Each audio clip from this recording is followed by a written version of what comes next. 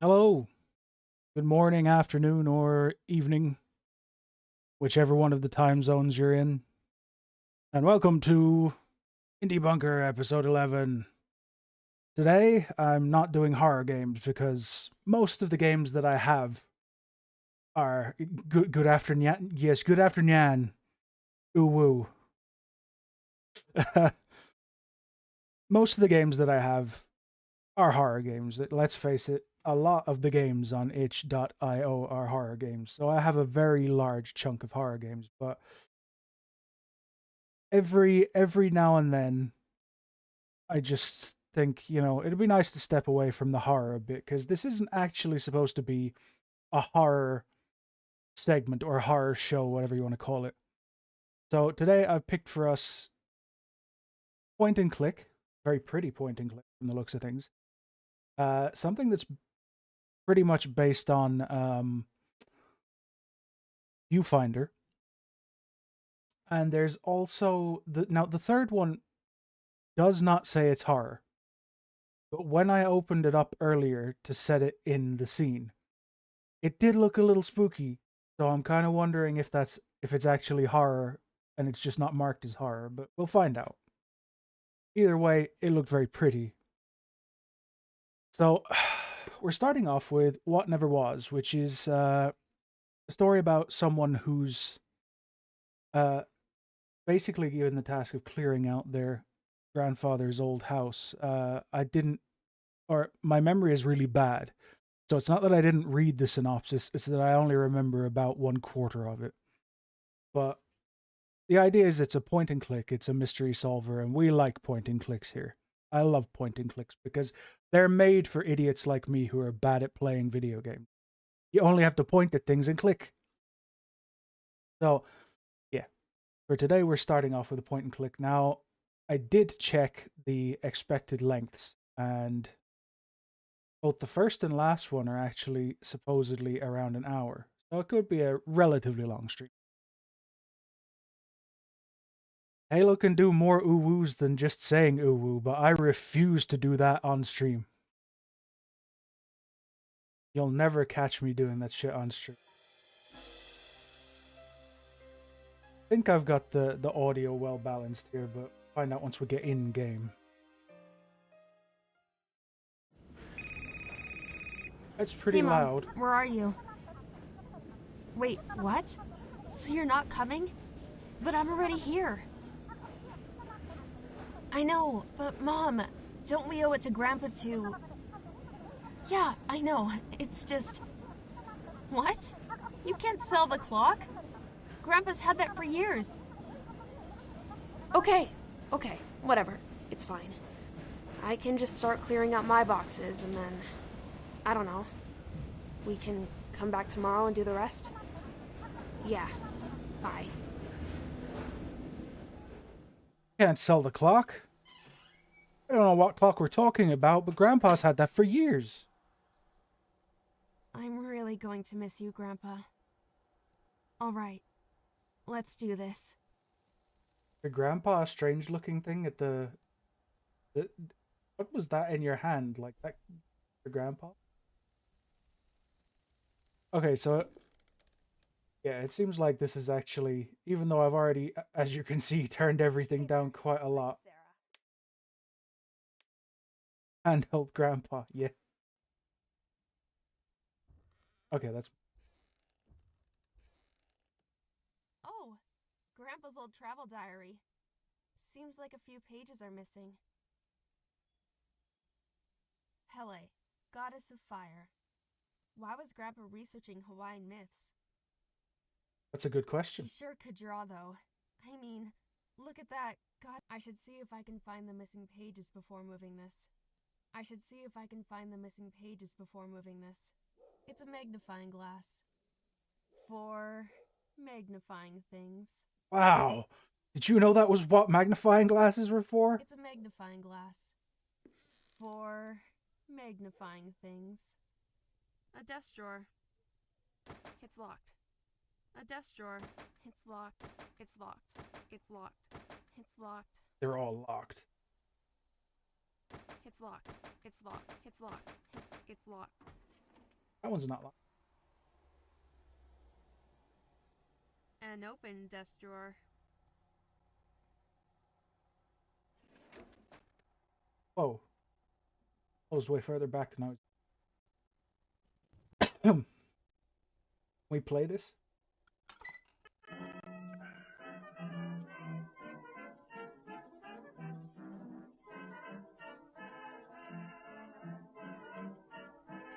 We'll find out if that gets me any kind of copyright strike. Wow. It looks like a torn out page. Yeah. Enough. Could this be one of the diary pages?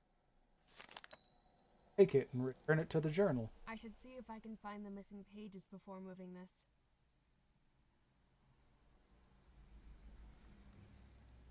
I thought you were put it back in. I'm sure some of these are worth keeping, but I'm not going to sit down and sort through them right now. Well, why the heck not?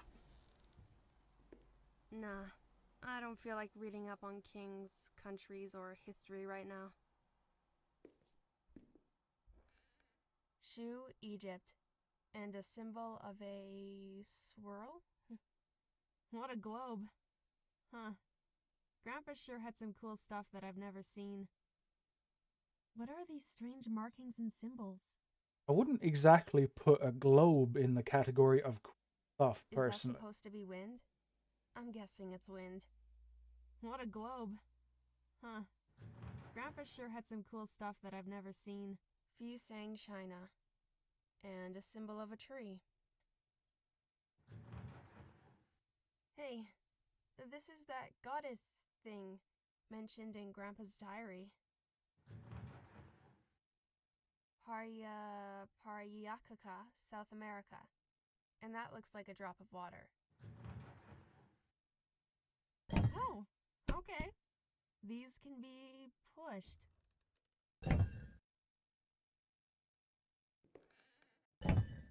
That doesn't seem to be it. Ah, shoot. What are these strange markings and symbols?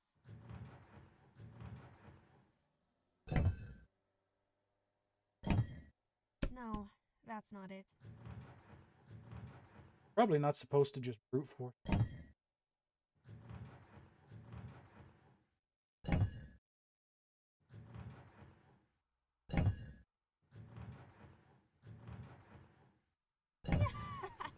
I did it!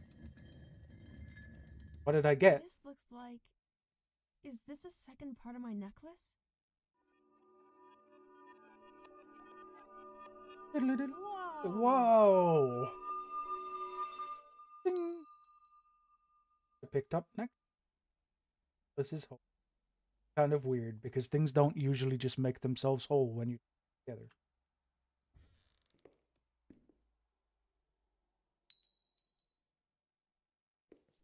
An old bicycle. I know. I'm pretty sure this exact model is in fashion again. The rust just makes it more hip. An old bicycle. I came by train, I'm leaving by train. The typewriter, is this how I save the game? A typewriter. Can't imagine it's been used much. Grandpa was always the fountain pen type. A typewriter.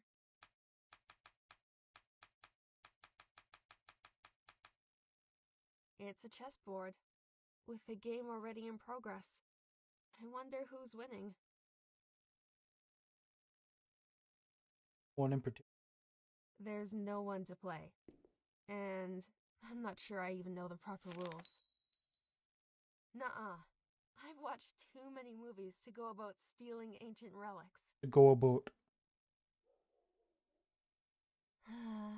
It's going to take forever to sort through all these.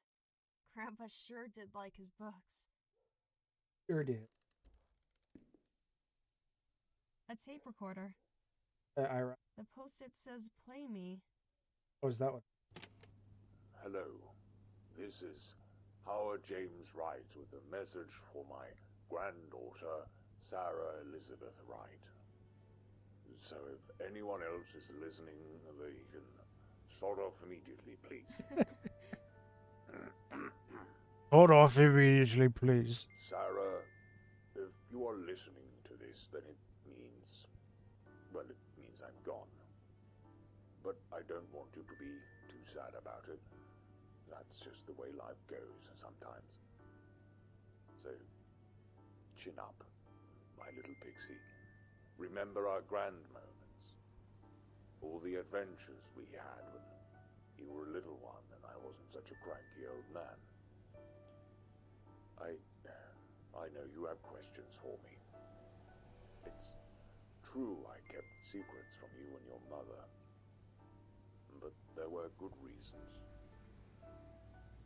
There are things in this world greater than ourselves, and I needed to protect you from them. I didn't want either of you to face the dangers that I've had to... I never wanted to place such a burden on your shoulders, but now it's unavoidable. Pixie, I need your help. But I can't just tell you. I have to show you. You will need to see for yourself. This world is full of secrets. From the tallest tree to the deepest river, in every breath of wind and every dancing flame. All you have to do is look. Goodbye, Sarah. I love you very much. Well, that wasn't a bad British accent, but no Brit in their right mind would pronounce the name Sarah as Sarah. That's super American. Holy shit.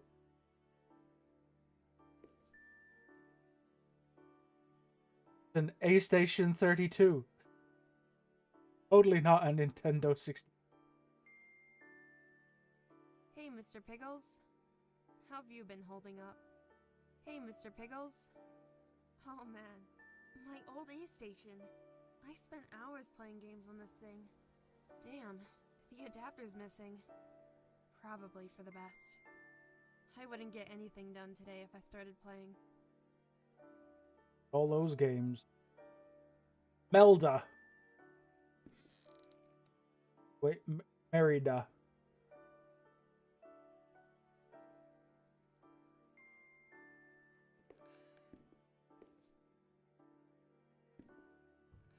We've got a little bit of lore. Now I guess it's time to start looking around again.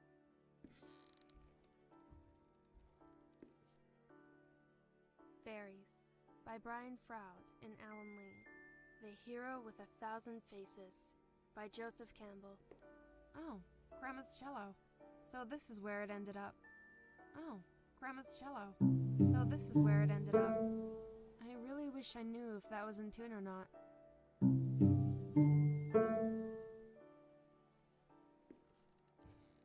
Oh. Holy crap, flashbang. Wanted to see what it looked like outside. Okay,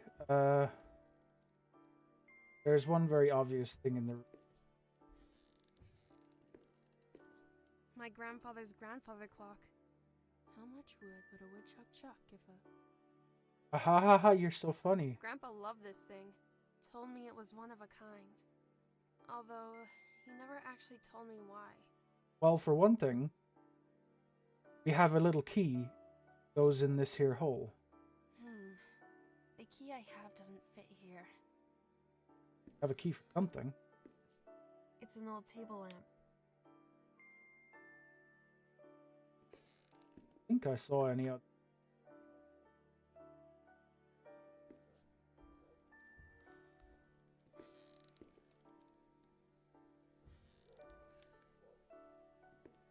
Ah, I suppose I did. I saw lots of locked things. Oh boy. It's locked.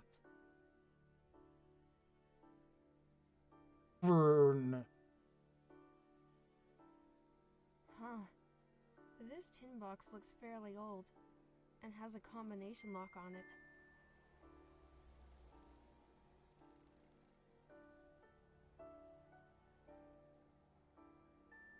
Oh! Grandpa's old travel diary. Pele, goddess of fire. Why was Grandpa researching Hawaiian myths?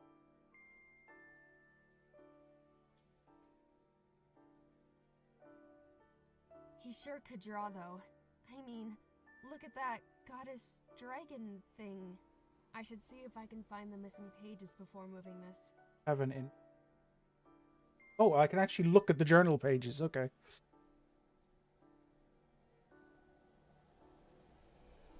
I've finally landed on Hawaii, and I will soon begin my arduous climb of Mauna Loa. I'm not much of a climber, but I am filled with determination.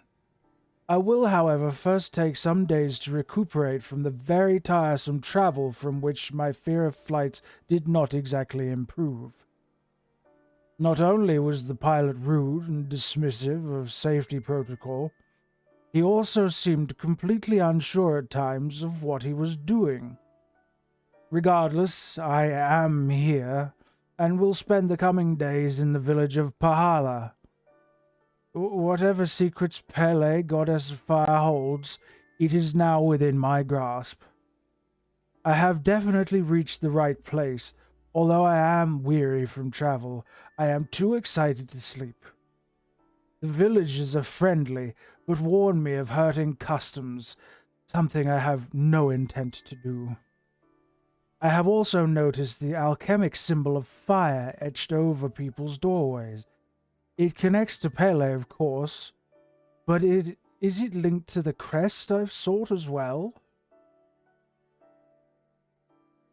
It seems no coincidence that both the resting place of Pele and... How did she pronounce this? Pariakaka? Pariakaka would happen to be in mountains. The trek has gone well, and although the winds are ominous, my clothing and necessities have carried me well so far. The guide I hired upon arrival has proved invaluable, not only in his knowledge of the thick forest, but also for his rich knowledge and his company. Not unexpectedly, this symbol of water could be found at the peak of the summit, along with the alchemic symbol of water. Again, these symbols seem interconnected, and while one set are alchemic symbols known to many people, the others seem strange and of no cultural design that I am knowledgeable. The encounter on Hawaii makes me certain that the other two elements must bear significance as well. What will I find on this mountain?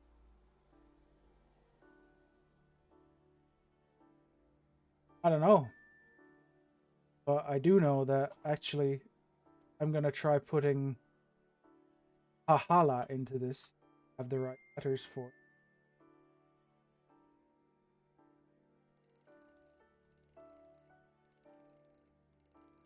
I don't.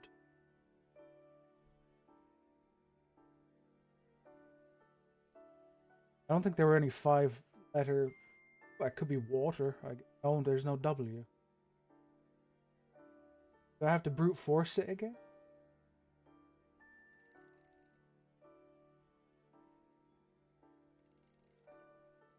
Slur. Eh.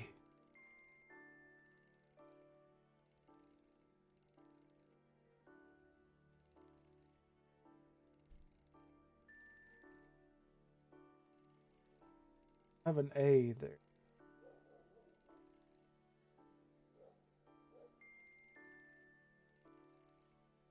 I don't know. We'll find out. I'm sure there's something. I don't think the key I have unlocked all of these. Oh shit, it actually does. Seriously unlock every single... It really does. Holy...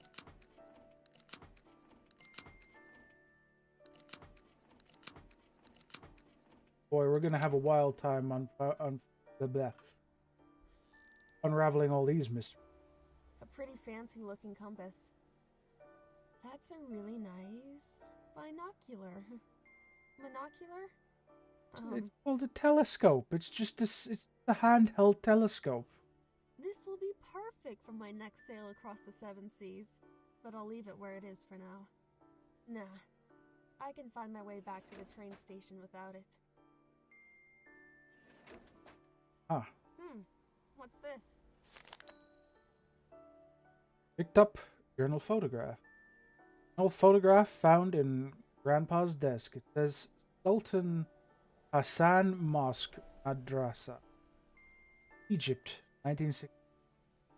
Must have been from one of his trips.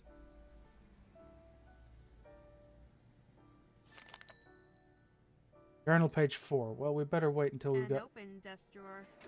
3 first.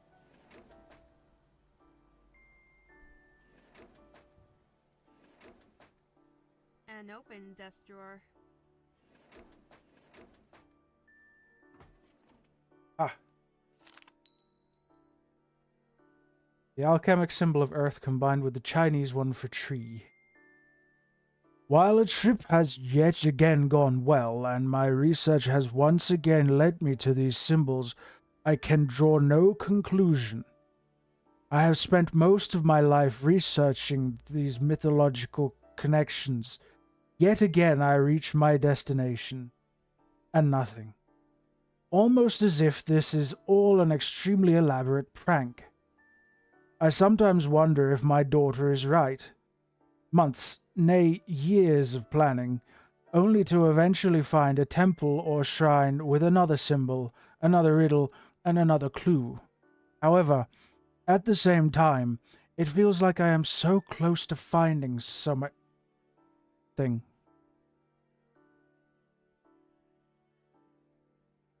All I've worked for, it's here.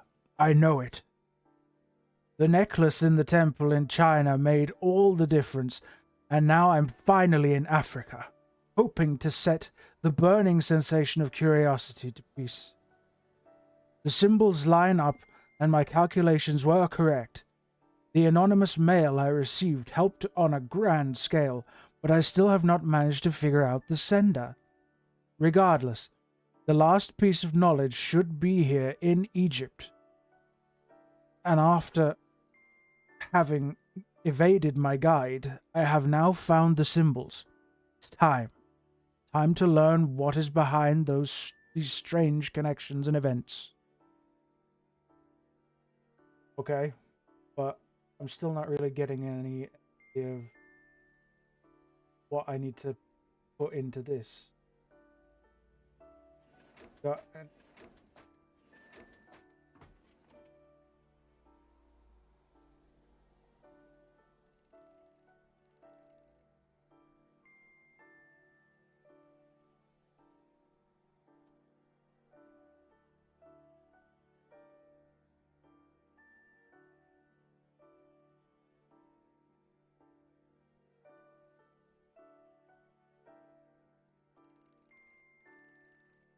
There was a...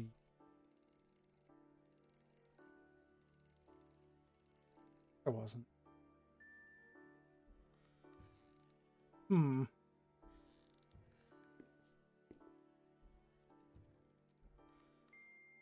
About the necklace. The necklace I got from my grandpa when I turned 10. He joked that it was magical and that it would keep me safe from monsters and such under my bed. And I believed him for the longest time. I've wore it since. And now that he's gone, I don't think I'll ever stop wearing it. So, update, I guess. When I managed to open Grandpa's globe, I found another piece of the necklace, and when I look through it, stuff glow and I see things that aren't there. What the hell is going on? Am I crazy? Ah. Whoa. Serious whoa. You can see something very evident.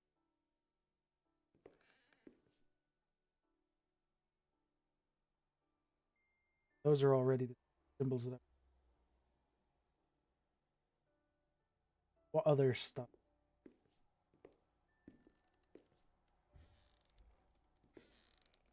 Aha!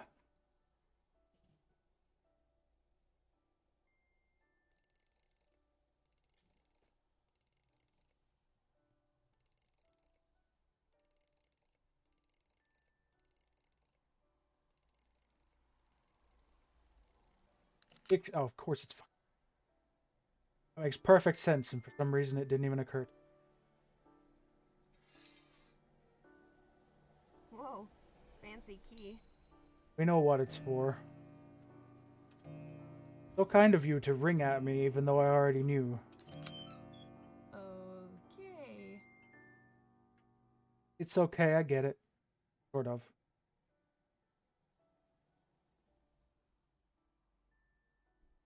But the little... Oh boy.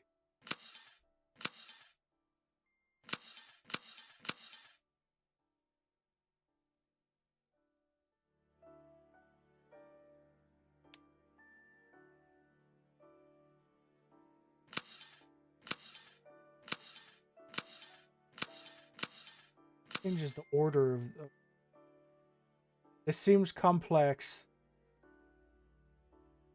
It won't budge. It won't budge.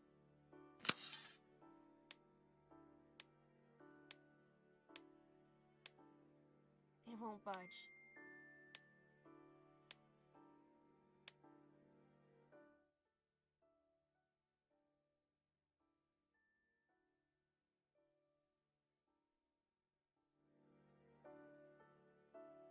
They're shapes.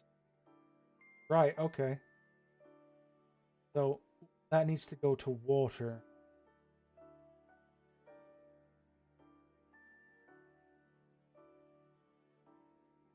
Flame. First one. There's water. 8.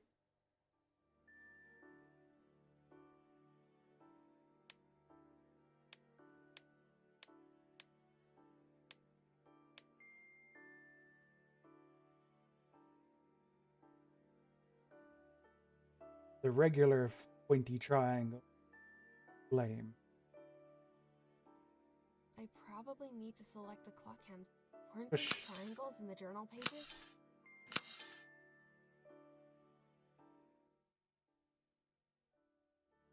Oh man, I gotta make it go all the way around.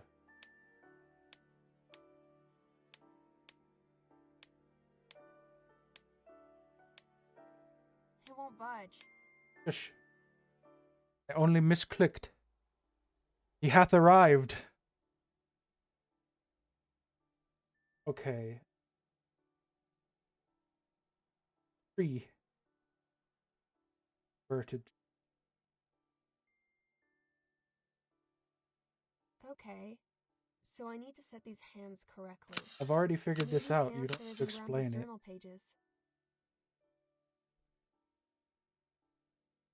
Oh no, it's gotta be this one.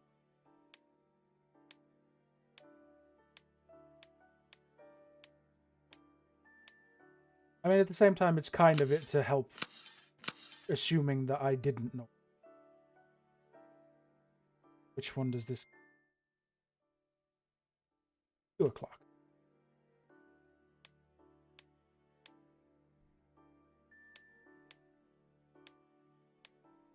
Was that it? Did I do it? Of course I did it. Oh boy. Whoa, whoa, whoa. Oh boy. What's happening? What's No. what's going on?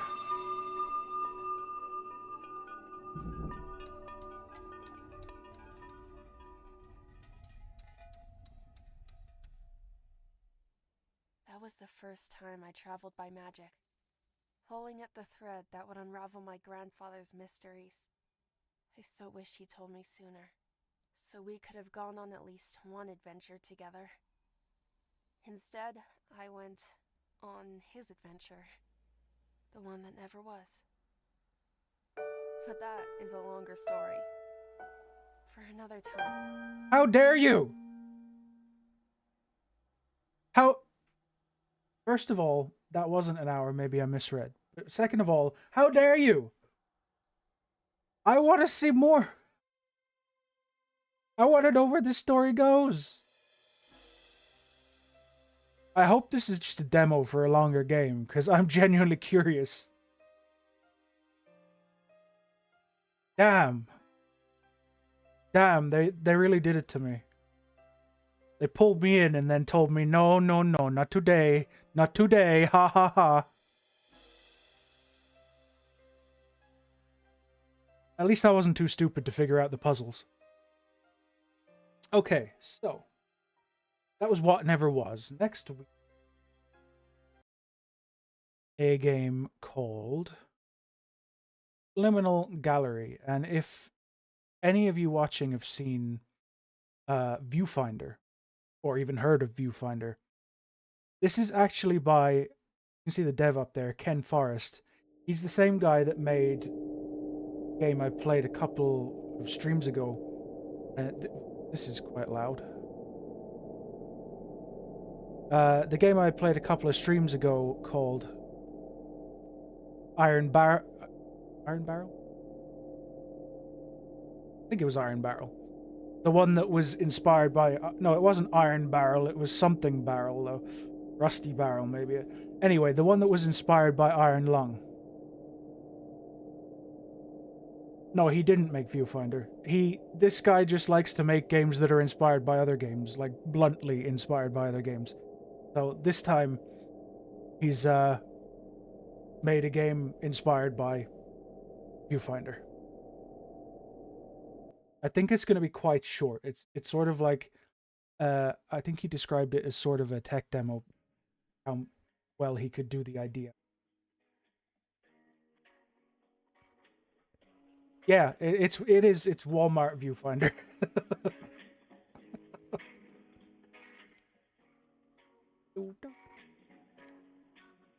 What do you mean no video allowed?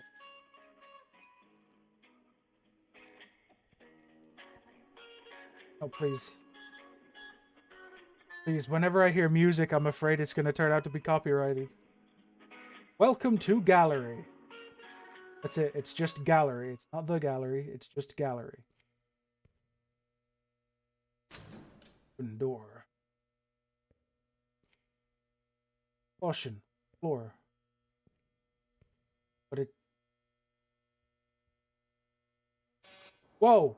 That's not wet. I just fell through the floor. That's just rude.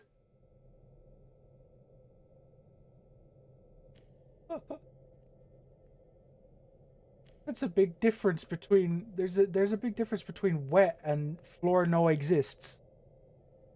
Can't believe they've done this to me.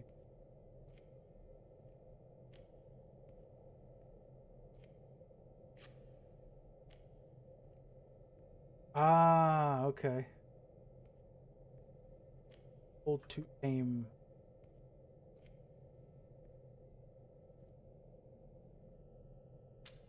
Out there. Oh yeah. What? I don't need to restart the level.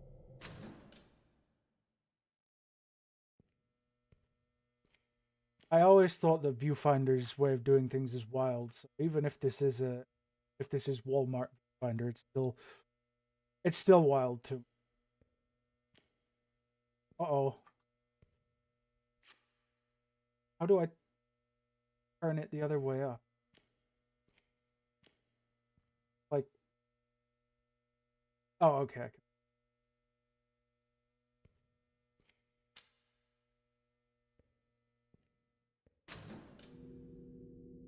Oh. I feel like this one's a little more straightforward. Oh. I feel like this one's a little more straightforward than View. Because Viewfinder... Oh no, the door fell over! Oh no!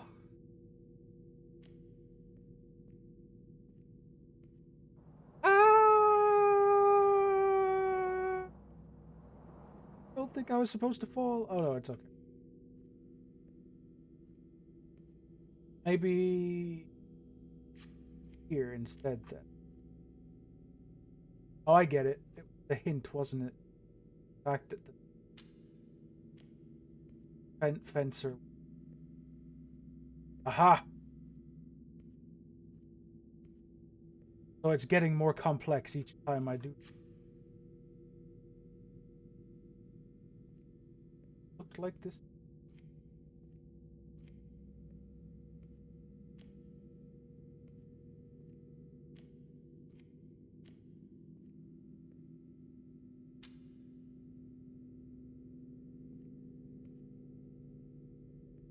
believe you've done.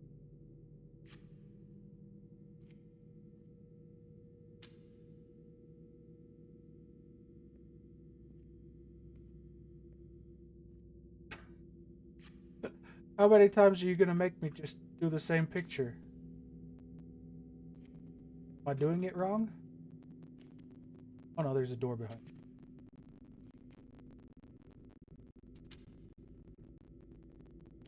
Love the fact that it's literally it cuts the world apart as you go.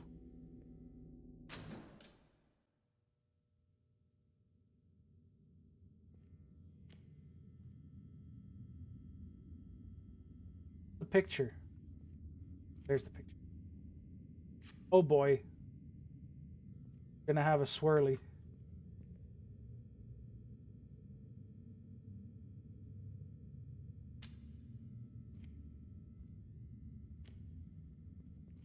Oh god.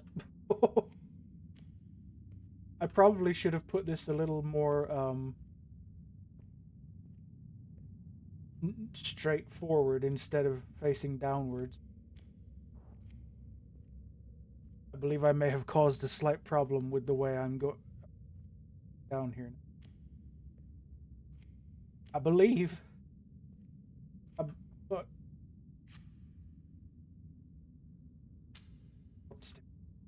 oh hell, I can't get to the stairs. Oh, I screwed it.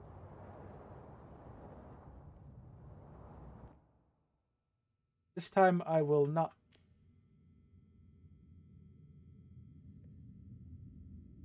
Okay, so actually that's what I need to get to stairs. What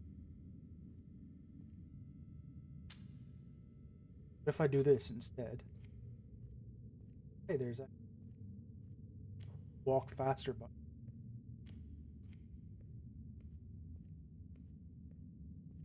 Oh boy, that's so much easier when you're just, you know, walking instead of falling.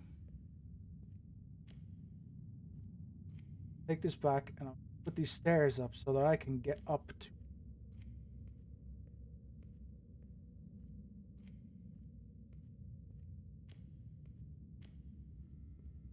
Heckers.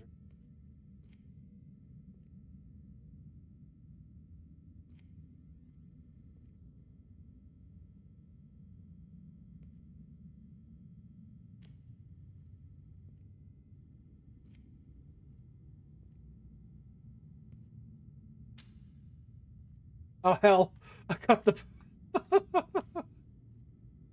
Damn it.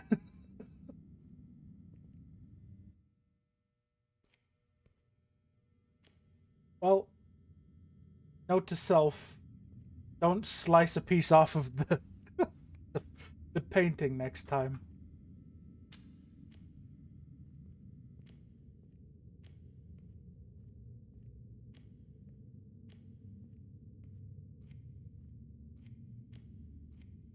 Oh. When you're prone to motion sickness, I am.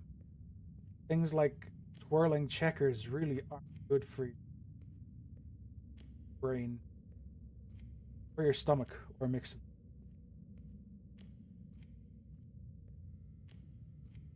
Try not to slice.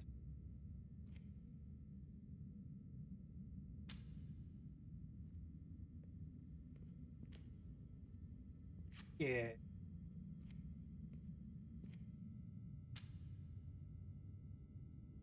Oh, that's trippy.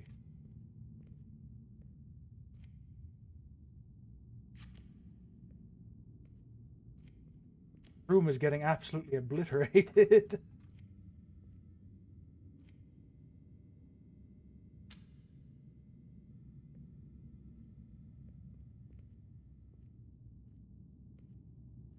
I love this concept. I might have to go and buy Viewfinder.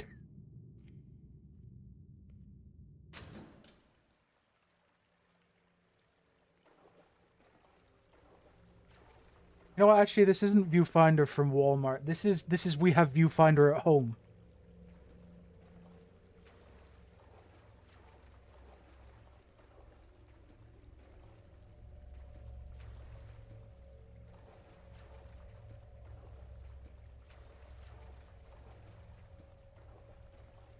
Every game's gotta have a water level.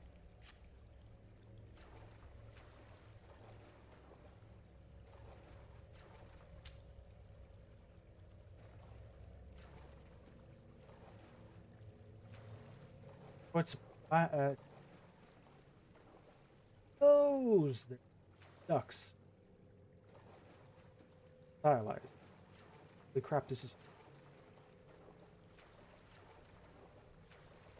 Where's the next one? Is it in the boat? Is it in the boat? Oh my god. A lighthouse.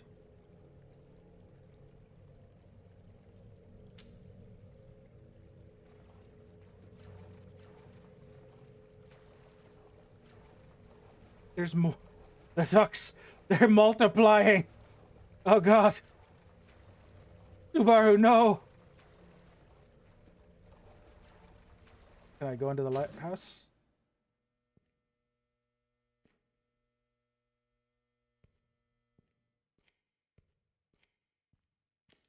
Oh. The hell? Did it just steal my picture?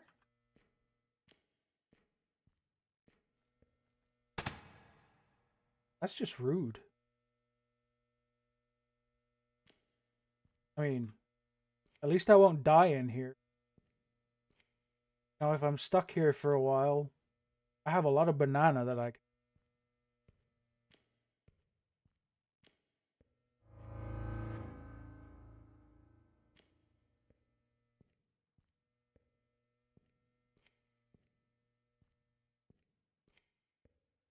Getting... Oh, this was a horror game? They watch... They're watching me.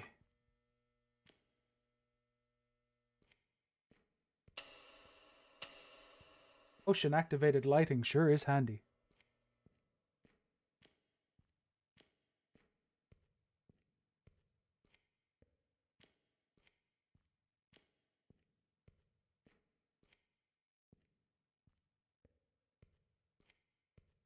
I see.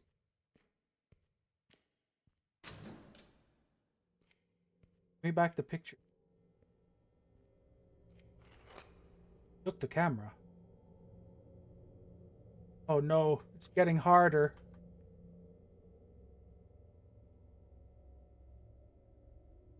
What am I supposed to do now?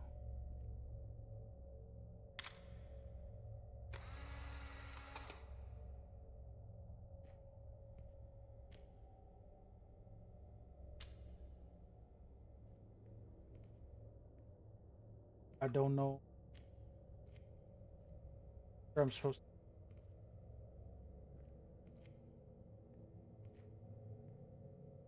Oh, Jesus. Okay, I get it. I'm gonna have to restart the level if it requires 3, though.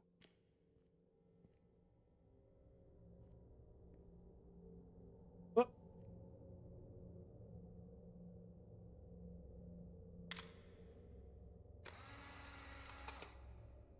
It's becoming more complex.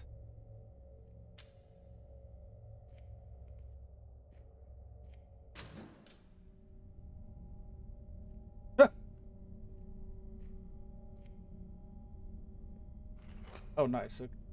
Okay. Not quite that cruel, then.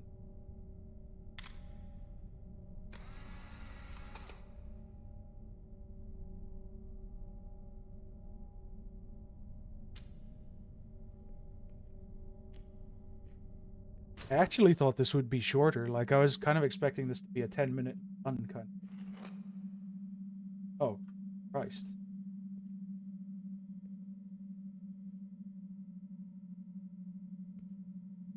I have to do it twice, maybe?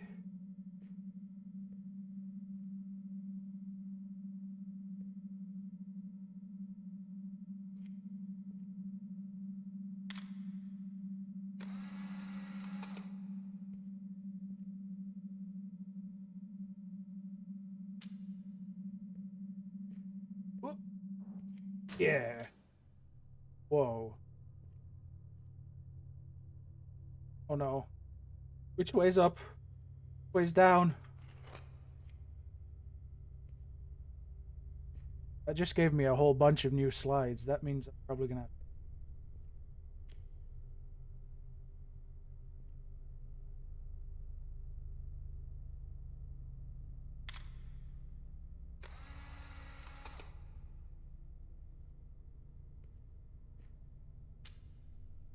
Ah, I see the issue.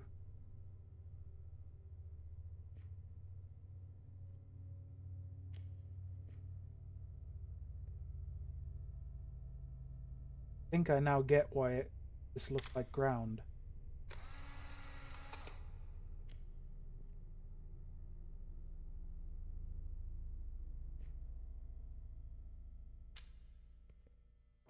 Oh no, I broke the door.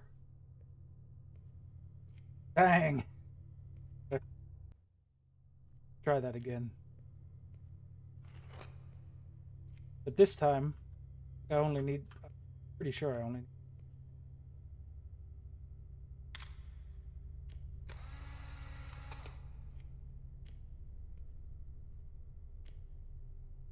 do it.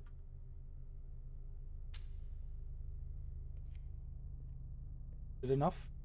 It's enough.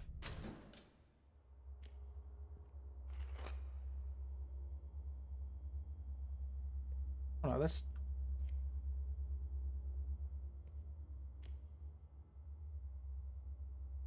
wrong one.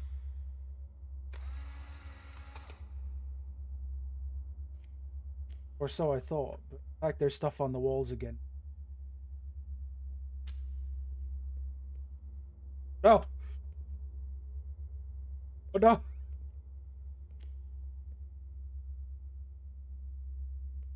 The gap, it's not big enough.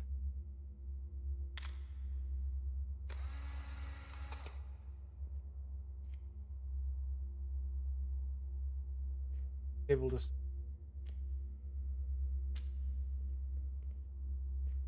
Oh heck. Oh no, oh heck.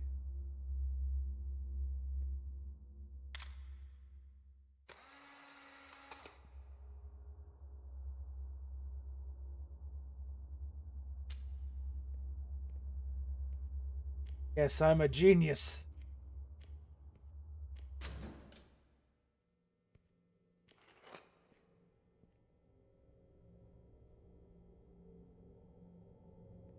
Now I need to get through that. How can I...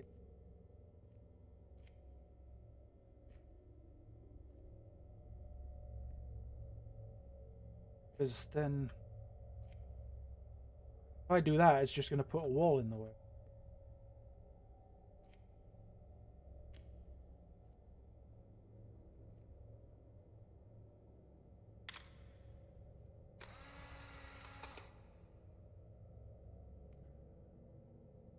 Yeah, I can like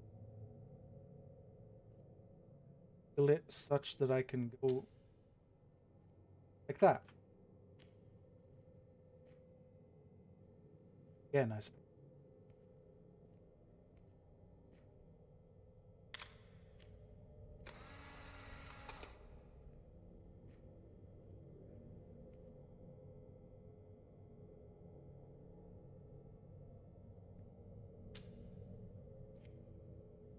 Ah!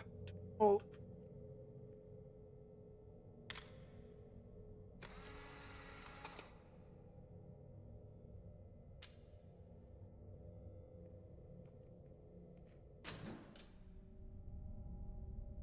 Oh no!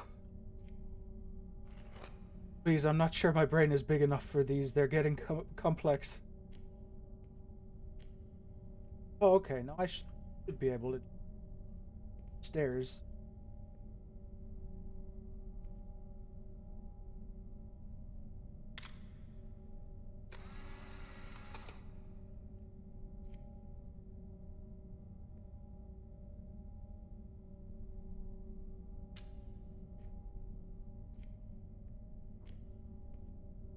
Damn!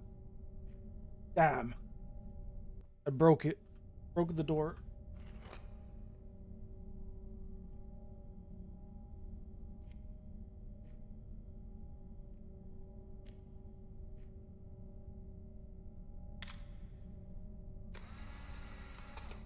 point it off to the side a bit.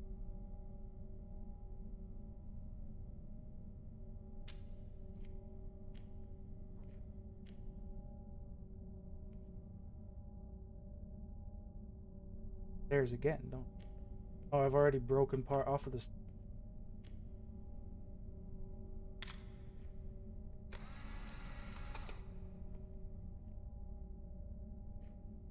Kind of keep roughly heading.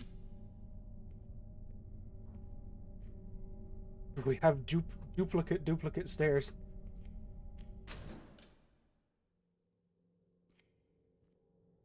Oh. Get up there?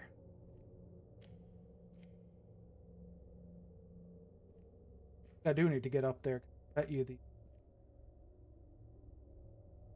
If I take a picture of that, turn it upside down, will I be able to go inside the gazebo?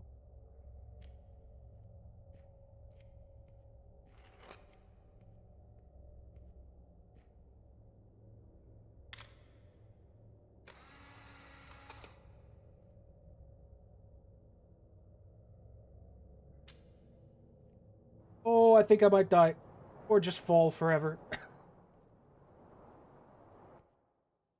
Oh dear. Okay. Maybe I should do that slightly less.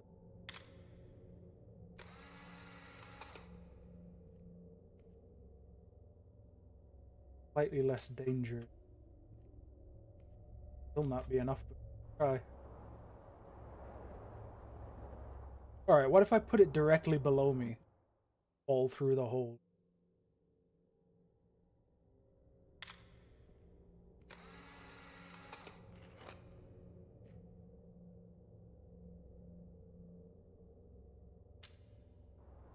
Hey.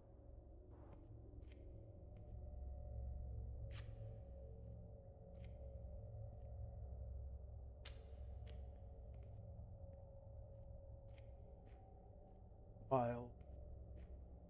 Oh my god, there's 3 more.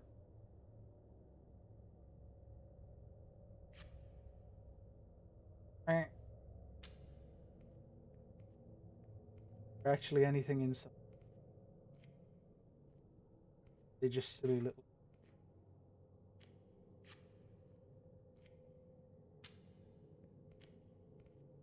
They might just be silly little.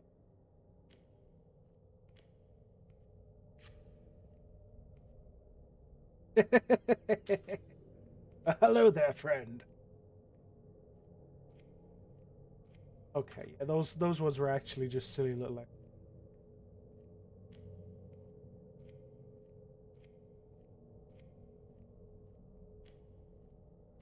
We going?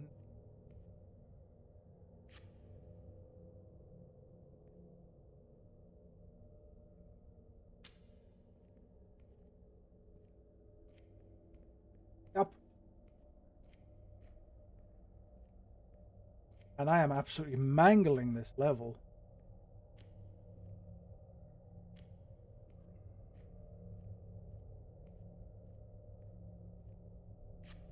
Hey.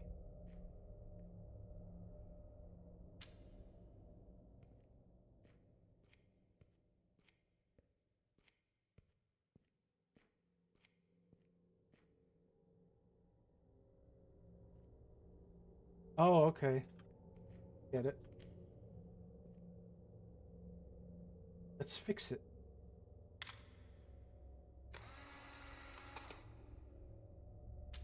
I think that'll fix it. What do you mean broken? Not broken.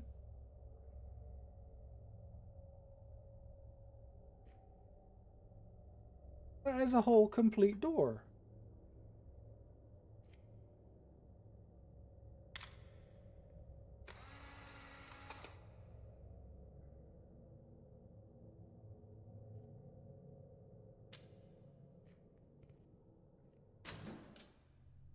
Too close. I think anything would be broken spiritually in a place like this. Oh no. That's foreboding. I think I have to land on the moon. Usual moon landings aren't quite like this, though.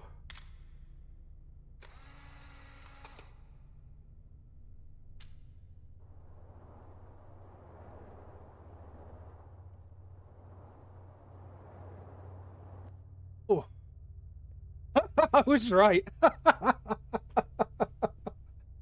The end. Ah, okay.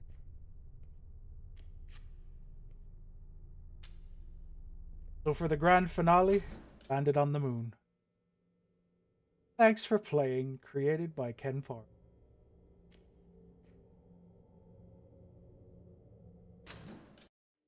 I liked that. I like that. It makes me want to buy Viewfinder. Definitely makes me want to buy Viewfinder. Very cool concept. Alright, I'm glad I chose that one for today. It was a lot of fun. I just like the whole idea of, on a technological level even, just being able to take a picture of something and just move that thing, put it somewhere else, is very cool to me. Okay, so the final one claims to be about an hour long, called Runo, and it's based around some certain... Oh my god, this light.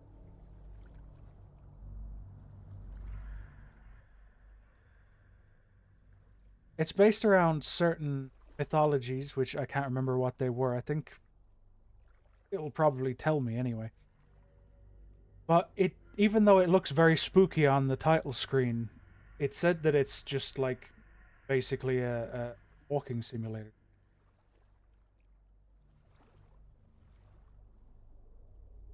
So hopefully it's not a horror game, because that's not what we were looking for today.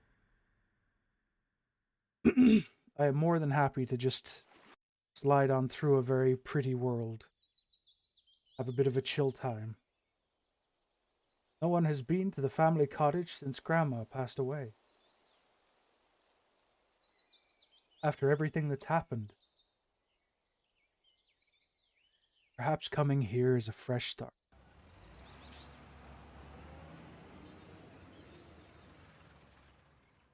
Can't believe they just left me here. Probably need to go that way.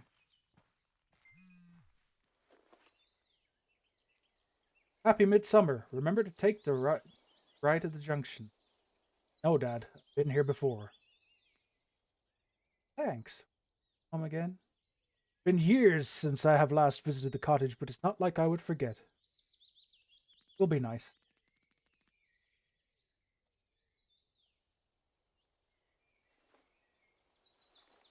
Phone has a camera. Oh wow. It has a not Matrix camera, maybe. I don't think those old Nokia phones actually even had camera.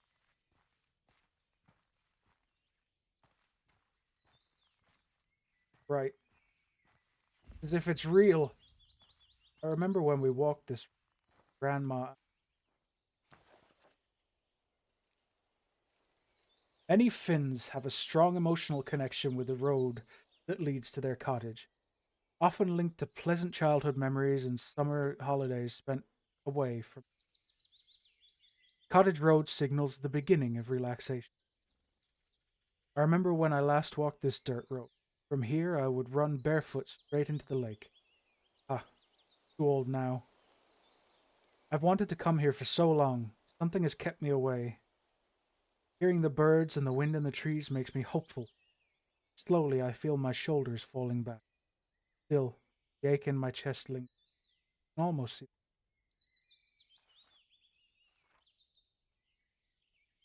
Wonder if the wonder if the phone is gonna turn out to be like some little mechanic. How's old Beetle? Thing away.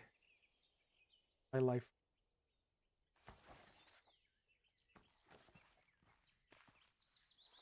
Take a picture of it.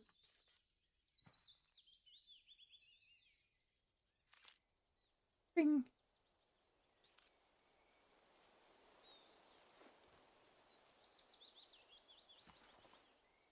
It actually genuinely puts it in this like dot matrix. They definitely didn't use PNGs.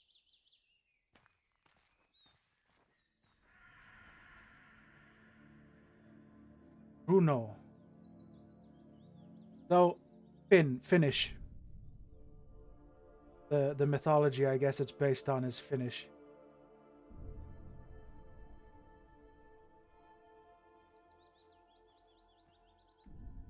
Something else that it said on the synopsis was about an hour long and it's designed to be played in one go.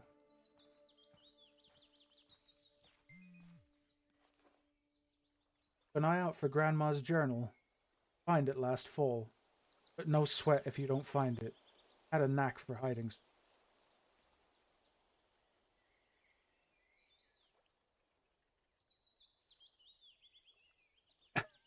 Everything I know about the Finns I learned from Noita. And what I know about the Finns is that I like them and they frighten me. Yeah, I mean, you can say that about any kind of Norse area, uh, country, you know, race of people, whatever you want to call them. I'm particularly fond of the Swedish myself, and they're extremely terrifying. What happens when you're descended from Vikings? Backstad, I need a cottage for. Grandma passed away. It took some. I needed to be.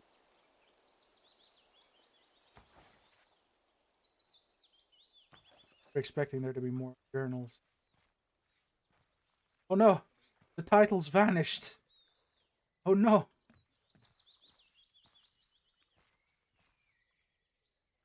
Maybe later. Have a sauna? Also have an outhouse.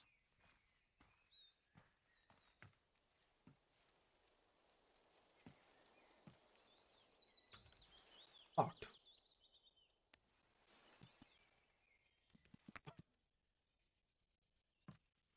Fuck this thing. Who needs that?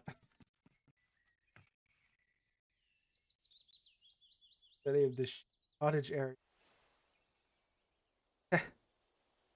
Cousin Toto's old drawing of the area still exists.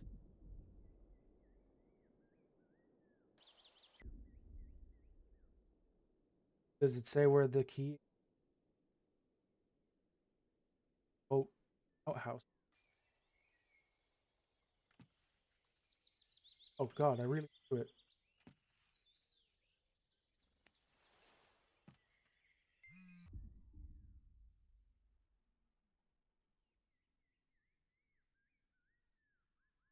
Oh. What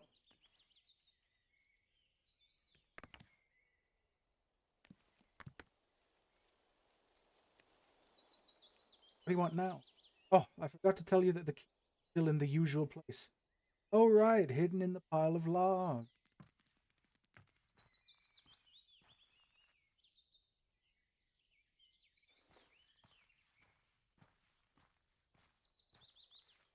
Where did Cousin Dodo's picture point? There they were. Oh no. Oh no. I don't know, but the moment I put his picture down, I lost it forever because I don't know where the hell it went. I just like going. I yeet it.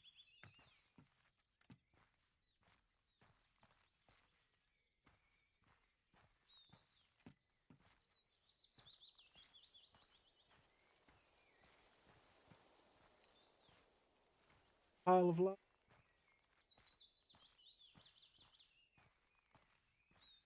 Oh.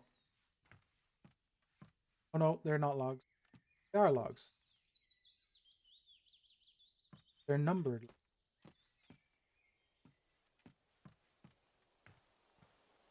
I don't know what you have. Oh, bicycle.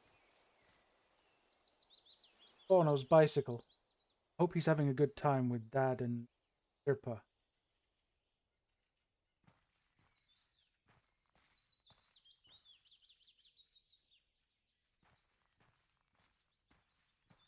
Blind? Bet I am. I've literally the very me.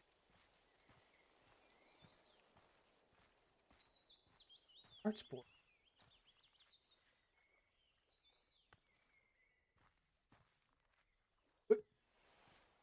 So close.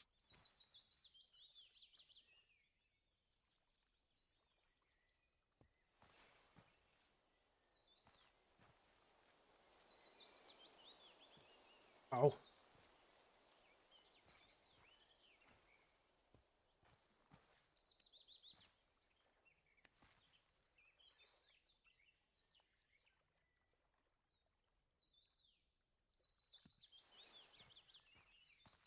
Still got it. Still got it.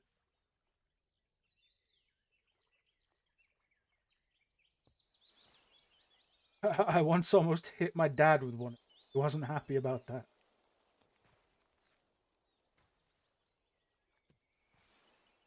What do you mean at least it's on the board? That was damn near a bullseye. Seriously, where the hell is the pile of lava?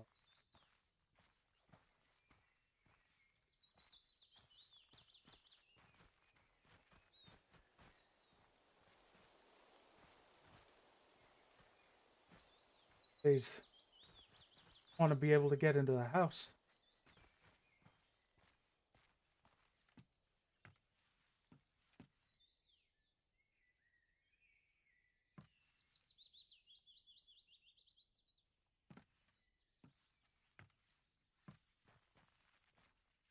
Damn, I wish I still had that map in handy.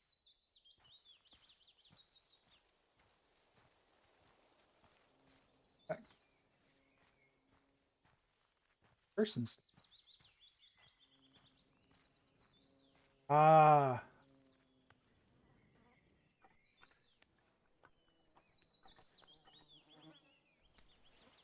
There we go. Time to go inside and take a nap. Not look at things and reminisce or anything. No, we're just gonna go in and take a nap. Oh, nice physics. Oh, we like that here. Like these kind of things. We like when things are even able to have physics.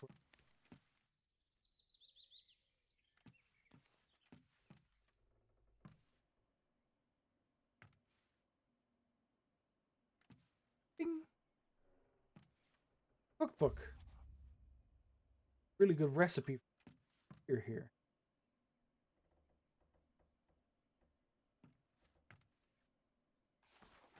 Traditional beer, sati. Midsummer sati recipe. Crushed grains of sati malts, rye malts for color, 2 small branches of juniper for filtering and taste, fresh yeast. It looked like they were having so much fun. One evening, my dad and grandpa were enjoying cups of sati on the beach as the sun was setting. I think I was a kid back then, looking curiously at their sluggish mannerisms porch fence. Their voices were rising with each cup and laughter became louder. They looked like they became stronger with every drink. Suddenly, they were on their feet wrestling and wobbling towards the bushes. They looked like they were hugging and patting one another on their cheeks and head. Grandma rushed to the porch and quickly ushered me inside. While sitting under the kitchen counter, I heard a splash and another, then silence. Grandma brought me a glass of blackcurrant juice, stroked my hair, and said, "You're safe here." Well, geez, Grandma. Oh, okay. There actually was a summer cottage. I don't know how to pronounce things with umlauts above. I don't even know how to do it when they're in German, let alone in Finnish. I saw Moki. Moki. Then the vowel, maybe? A summer cottage in Finland is called a moki. Most Finns have access to one. Mokis are often on purpose less equipped with modern commodities, such as plumbing or electricity, and are close to forests, lakes, or the sea. Moki is a place for relaxation, spending time with family. Family owned Mokis have usually been around for many generations and are filled with precious memories. Some peace and quiet, finally. The last few weeks on Serpa's sofa really got the best. I'm lucky to have a family that cares, even if they drive me mad. When the whole family was here, only a handful of us sleep inside. here had room to sleep inside. We kids were appointed tents, spending the entire night fighting off mosquitoes. Honestly, that might have still been the best time. Those carefree summers, the humming, rattling of the tent fabric, and sharing whispers and giggles. Sometimes my cousins would tell ghost stories, and everyone would stone cold awake inside their sleeping bag.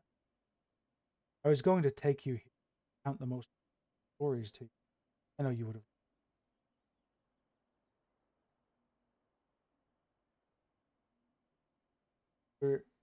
Surely you don't mean date. There we go. Calendar to Johannes. Summer. Johannes. Midsummer is the astronomical middle of the year, close to the summer solstice.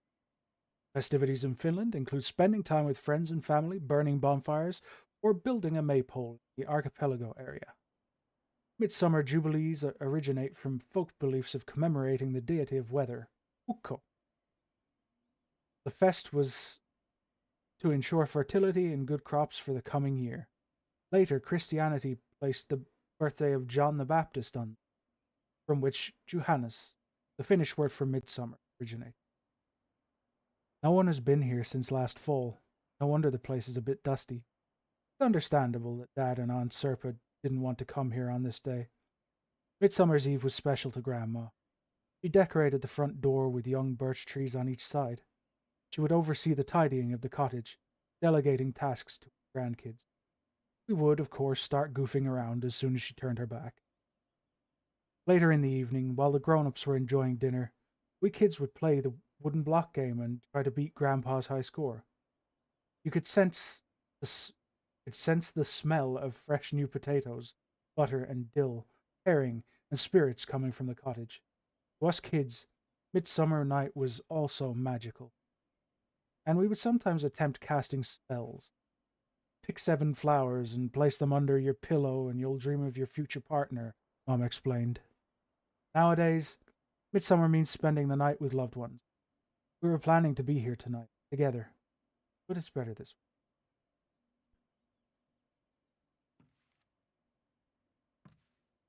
See, this story is just kind of a cathartic nostalgia.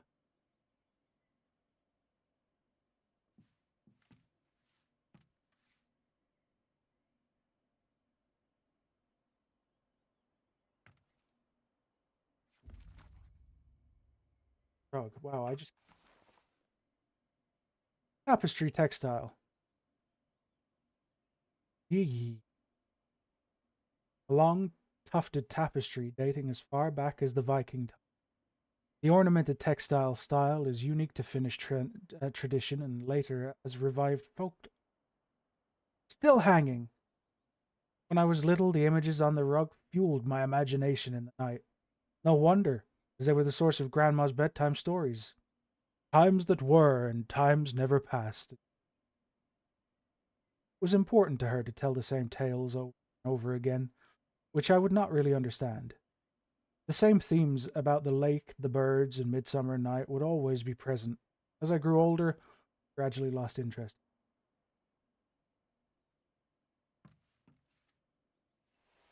Photo of the first snow from many winters ago. Made a snow lantern to keep the darkness out. Ah, thing beats old-fashioned Finnish lager. Grandma taxidermized bird after Grandpa shot it. Magpie, haraka. The magpie, pika pika, has many beliefs in Finnish folklore. Usually it is the bearer of misfortune and bad news. However, sometimes to see the bird is a sought-after omen. Its lively and up-spirited habitus are preferred qualities in a person. One summer, the magpies were going crazy. Every morning you wake up to their crows. I could hardly get any sleep. Finally, Grandpa fetched his shotgun and took care of it. He put one of the loudmouths, as he called them, on the wall to remind us how nature needs to be tamed. We never knew why the birds were so riled up then. To think of it, that summer we also had some odd fish wash ashore. The bulgy-eyed perch seemed okay, but their scales would shine in tones of bright purple. When I mentioned this to Grandma, she hurried me away from the kitchen and continued baking. She wouldn't let us take the rowing boat further out than the pier that summer, especially not near the big rock in the distance. See, perhaps we're getting a little supernatural. This was rocking chair. Why can't I rock? I want to rock.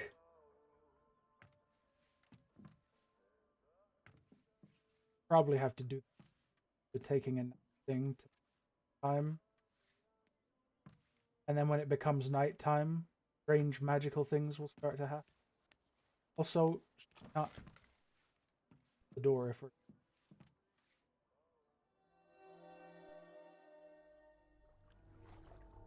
Welcome, traveler. Hey, you. You're finally awake.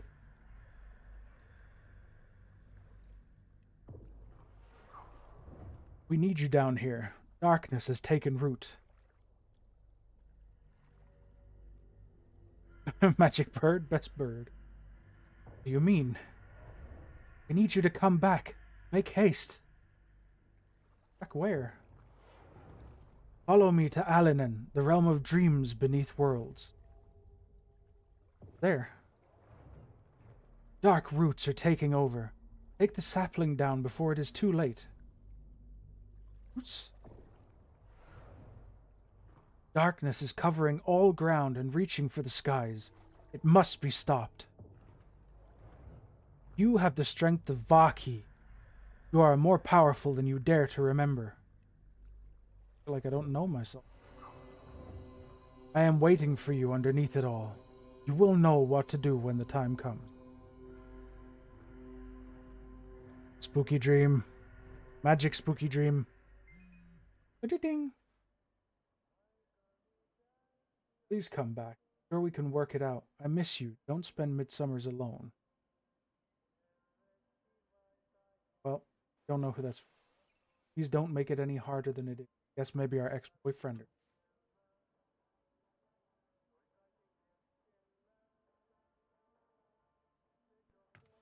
Timer.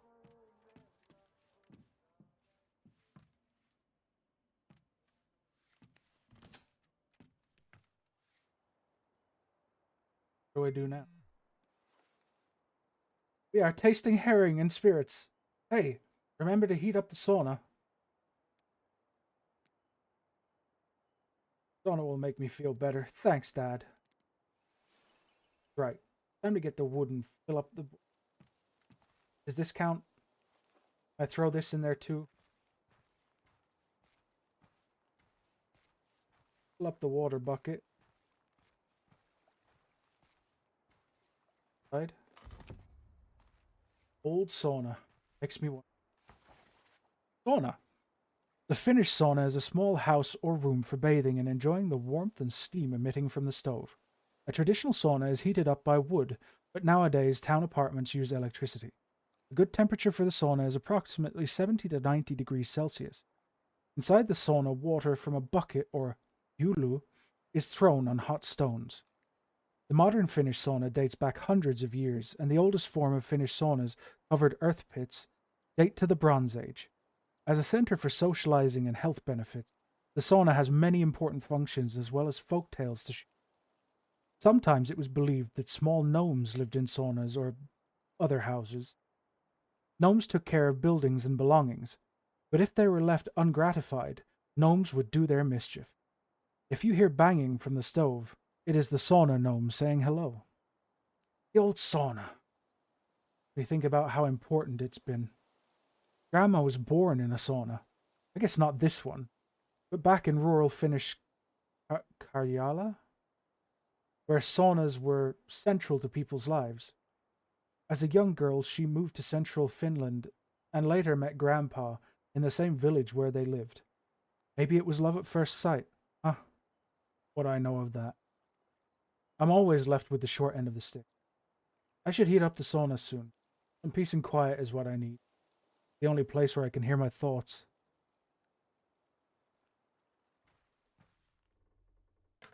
take the bucket. We fill the bucket. Place the bucket. Good. What I like about these kind of games, like they're made to present culture more than anything. And I think that's fucking fascinating.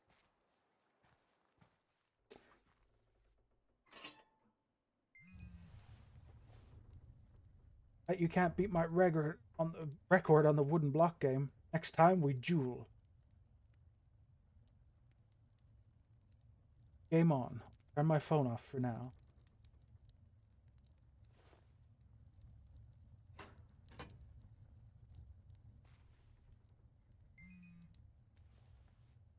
Sorry for spamming. Enjoy yourself. I missed my dad as a boy. No one was the same after the war. Grandpa did his best. All I need is to be with my own. Self-hydrated. With water, Dad.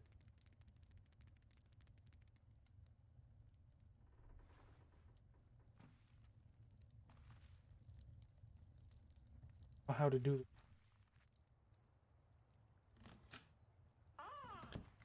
Close the door and...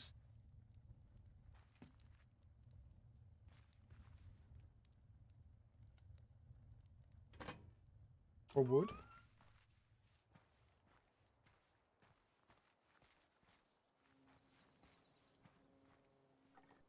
Your thing's sneaking around in that grass.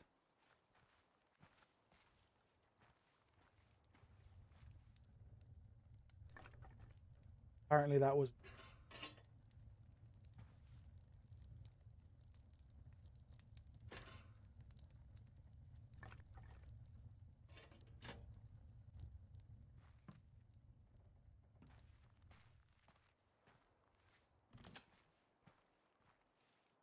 Ow. Gonna tell me...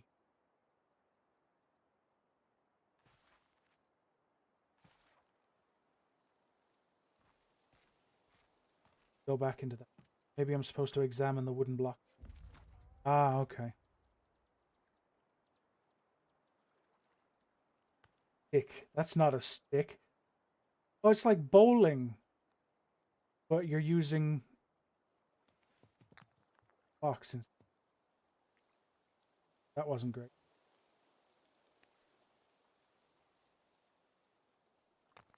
Oh, yeah. Wait, why? Why have you all back up again?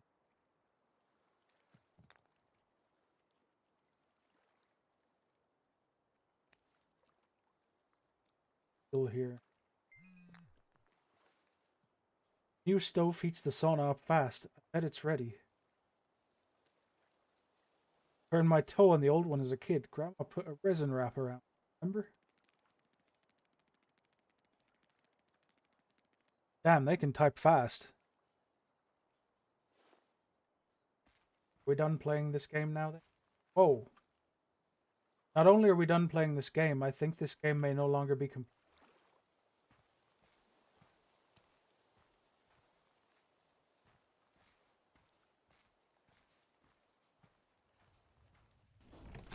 Enter the song.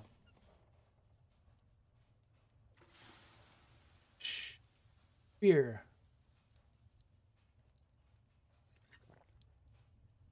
Don't fall asleep in here.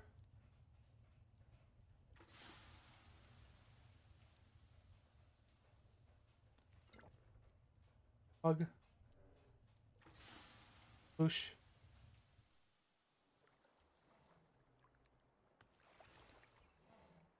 To visit my dreams as a kid all the time.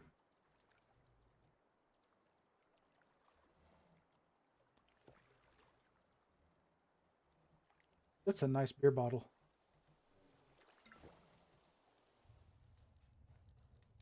Wait, are we back in... Go out and now. Visiting the cottage is certainly stirring up.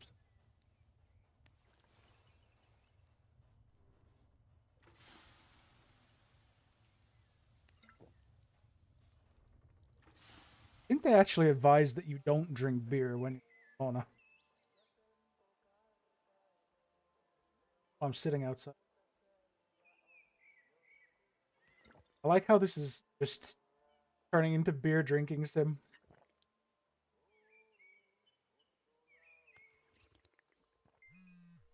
Ba-dee-dum. Remember, this is a magical night. Here's a Midsummer's Night spell. Run around the cottage naked 7 times and you will find love again. On my way, there goes my towel. Better give it a try, I could use a little magic. If I'm naked, where did I just put that phone? Hey, here goes one. Must have had a few beers too many.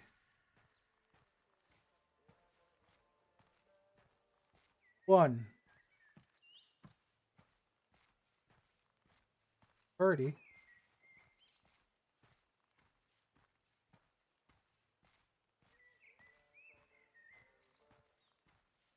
Two. Being stalked by a white bird. Where is that weird bird going? Can't even run. I'm just walking slowly around. 3.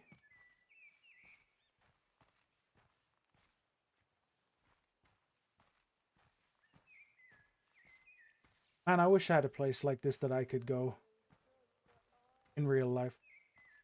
4. I'd probably die without the internet, but at the same time, there's just something nice that being only separated from the outside by wooden panels. 5? Or... No, I lost count because I was talking. That was fun.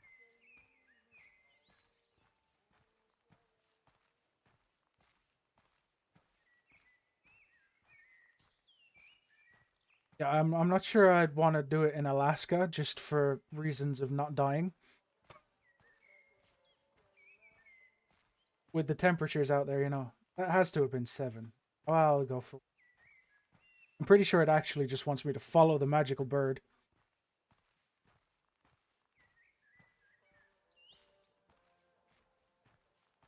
Let's follow the magical bird. All the while aware that I'm apparently running around naked. Feel a bit drunk. Should I be taking the...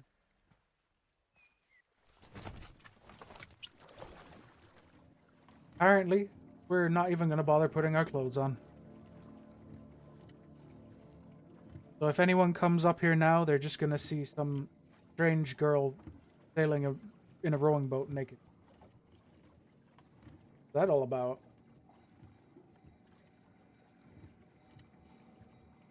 Mysterious rock painting. Definitely haven't seen this here before.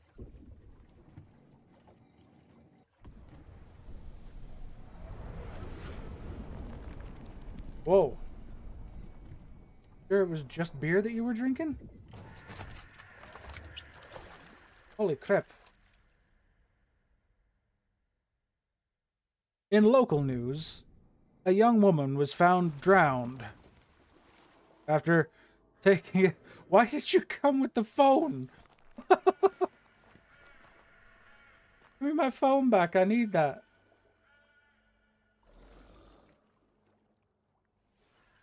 Just happened. Where am I?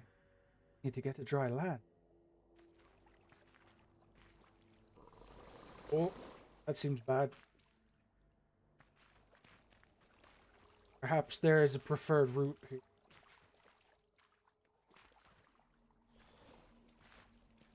Ooh. Hey, the can tail. Oh, cool.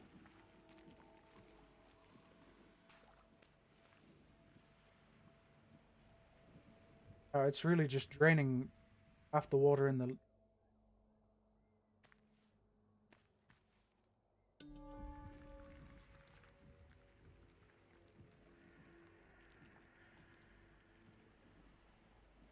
This is how we avoid the monsters in the water.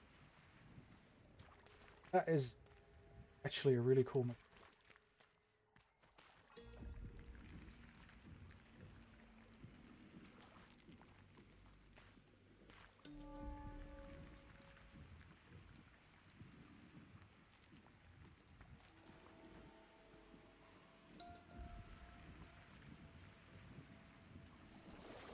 No, I've died.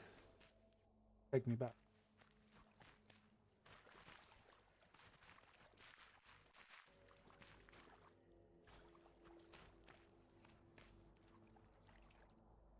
Or how I crossed that longer part.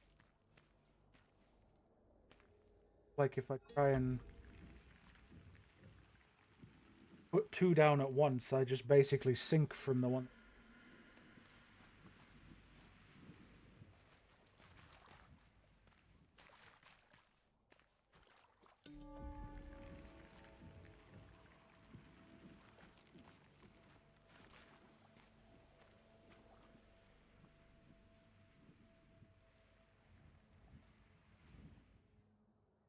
Yeah, I just make sure to let it like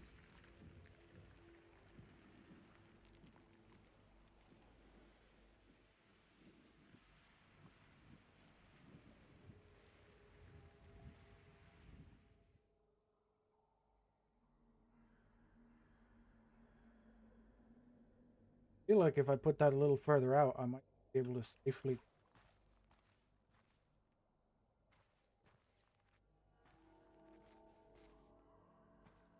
Stand in the middle. Start to dry up. But no, hey, come on. I was there. I don't know if that's just the timing or if I'm just doing it wrong.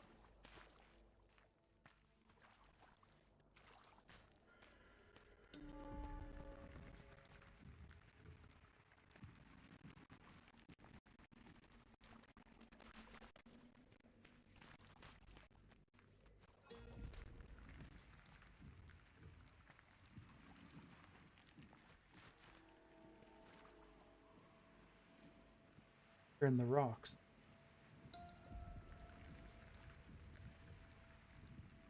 I'm just kind of assuming that I need to go to the shore, but I feel like this is probably safe. Sure. Wait.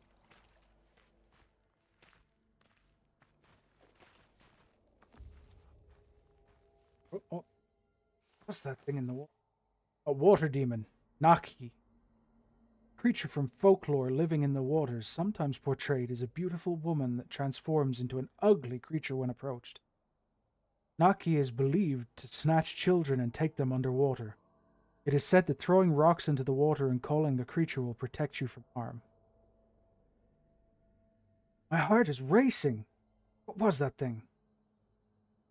The sound in my ears is making my skin crawl. Pale, thin hands. Human. This place, that creature with its wet, flowing hair. Why does this all seem so familiar yet foreign? I mean, clearly I'm going insane, but this scent, sounds, this forest.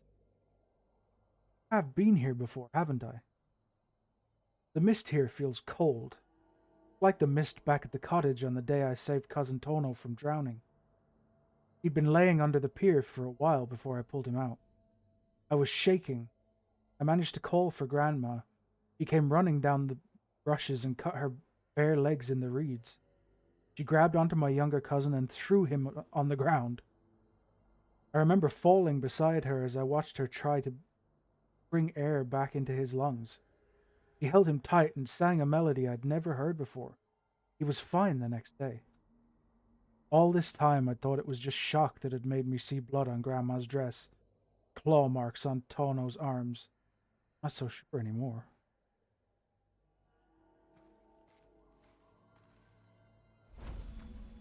Oh, I have more strings now. Does that mean that I can like do it once? Is this the tree?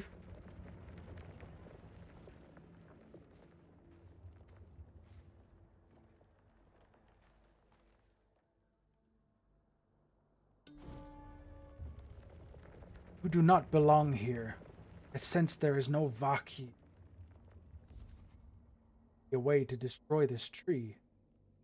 Search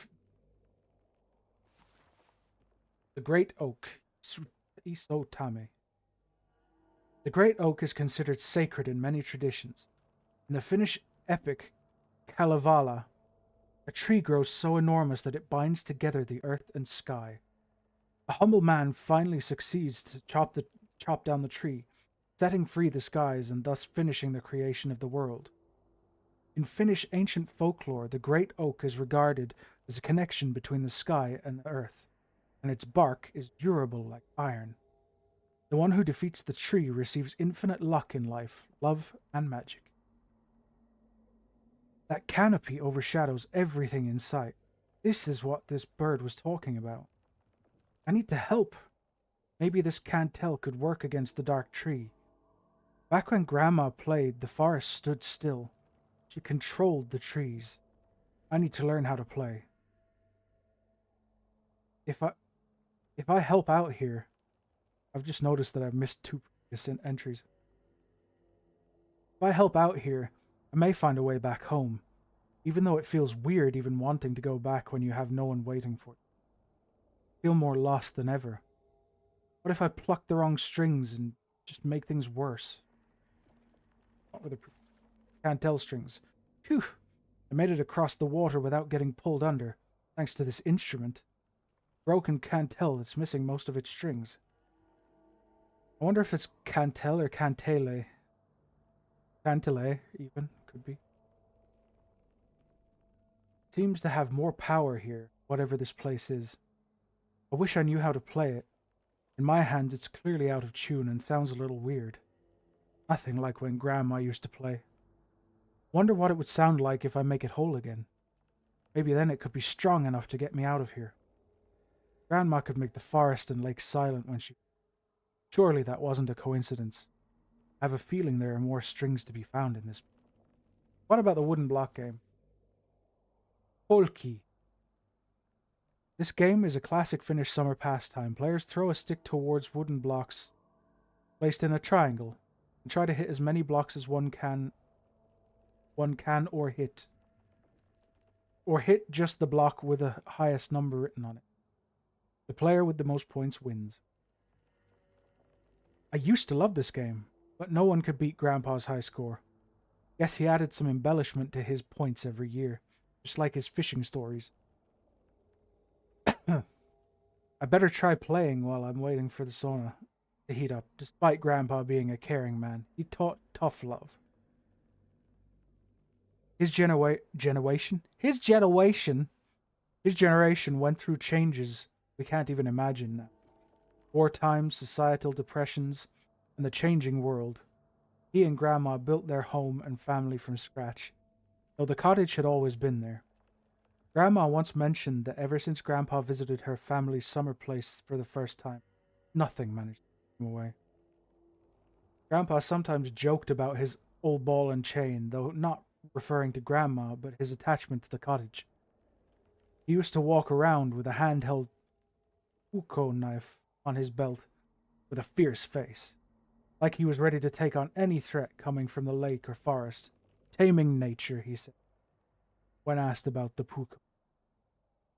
I heard that during his last years, Grandpa became more and more convinced that something was seriously after him at the cottage. In the end, Dad and Aunt Sirpa had to find him more suitable facilities. He lasted a few months. Then we had the funeral. Grandma wasn't the same. There's a lot of talking now.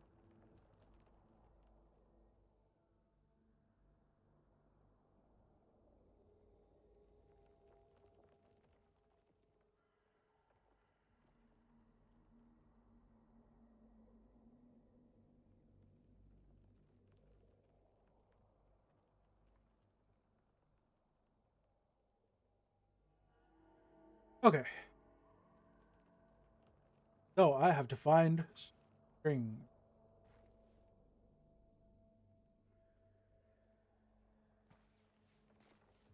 Like a cup or a jug of something. Betting that glowing thing in the distance.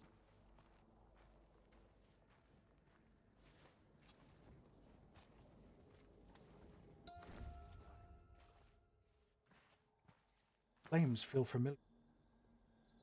Willow wisps. They're vatulate. Willow wisps are usually eerie flickering lights on swamp surfaces when seen from far away. They are believed to glow near hidden treasures, especially around Midsummer's Eve. Some stories talk about mistreated children and their souls as the origin of willow wisps. Others say it's just swamp. These terrifying sounds bring back a memory I've pushed aside. As a child, I had this recurring nightmare. In the dream, it's just after dark, and a flickering light catches my eye at the edge of the forest surrounding the cottage. Despite all the warnings about going out alone at night, I feel a pull, a curiosity towards the shine coming from between the marsh and rocks. The forest is drawing me in. I push through the branches, ignoring how they scrape my shoulders. As I get closer to the light source, there's a deafening cry, like a child in agony. So piercing that it makes me tear up. Small, tiny hands reach out from the now visible blue flames. Before I know it, the flames begin to latch onto me. I can't escape anymore.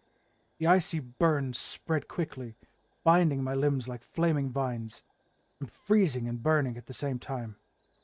Suddenly, I hear the sound of a cantele, that thing, in the distance, and a gust of wind rushes into the flames, setting me free. A loud shriek, then silence. I fall to my side on the ground. Tired and in shock, I look at the starry sky above me, see a bright bird flying over the dark treetops. Strangely, it makes me feel so safe that I don't even want to answer the worried calls coming from the cottage. I would always wake up on the bedroom floor. Right now, recalling this dream, it feels as tangible as a memory? I can't even tell what's real anymore.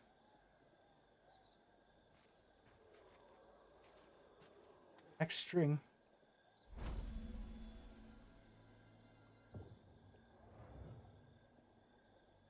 Now maybe I can put out the icy flames as well.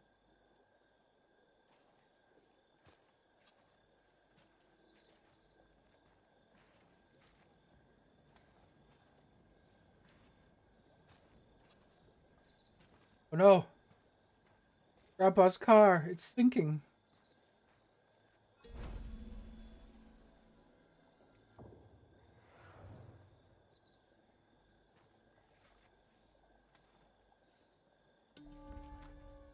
Ah, isn't this Grandpa's old car? Grandpa's Beetle. It's Grandpa's old Beetle. Like another version of it. Grandpa was always hammering away on it. This one looks totally busted, like he never worked on it at all. I don't even know when it all fell apart. I was like that car, unfinished, knowing exactly what was missing in me. Beginning to remember bits and pieces of the past, the good and the bad. Only I could get out of here and fix how I left things. Oki, 2020.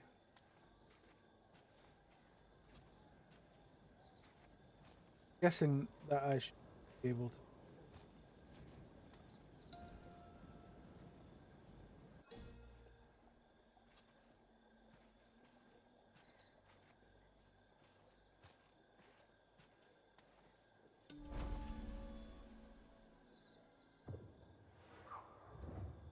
Still 4 to go. 1 from here.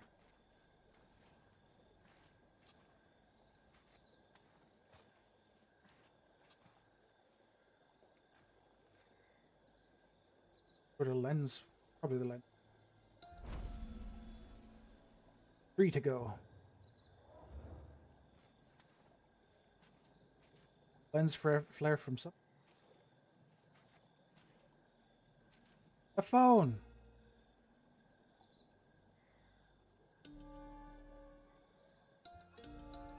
Why won't you let me pick up my phone?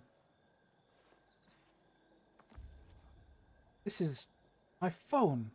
Still intact. Cell phone in Alanon. Alright, Really is my phone, still intact, but it has no signal in this. I can make out a text, your concerned words. I'm beginning to see everything more clearly. Something about this place is making me remember. My eyes are now open. Life takes you on winding roads. Not your fault.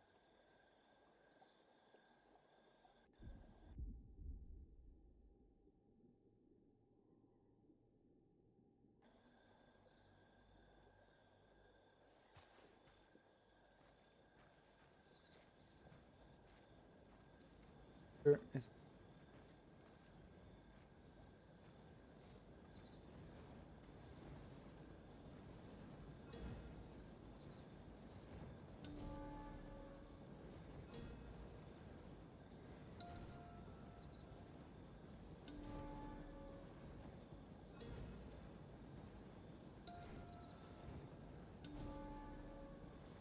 huh?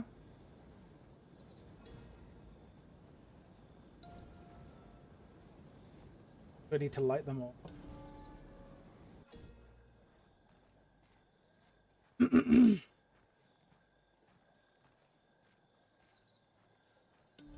Two strings remain. Howling again. With each string added, I feel something somewhere.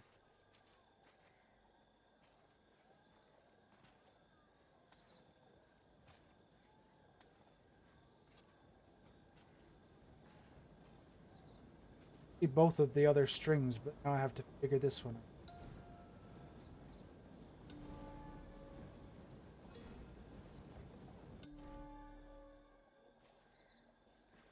I was expecting worse.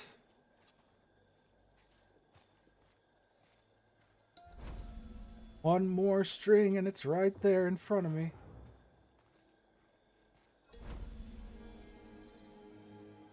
Last of the strings. Somehow.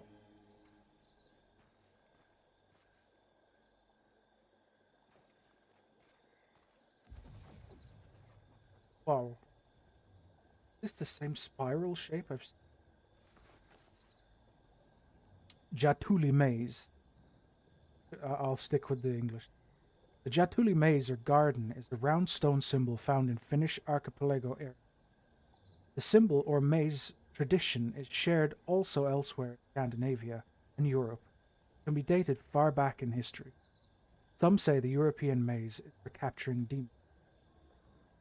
When I was young, Grandma once took me to see a stone garden like this. She told me that it was an old gateway, a relic from a better time. She often decorated her home back in the city with small rock gardens like this. I'll be able to leave this place soon, she would say. Even more so after Grandpa passed away. Maybe she was trying to build a way out, as crazy as it sounds. This stone spiral is very similar to the bright symbol at the rock where my boat went up. Maybe Grandma was right in calling the garden a gateway. Should I step in? I have nothing to lose at this point. I can hear a humming in my ears. Stones might react to the cantel. I still don't know how to pronounce that. Carrying around.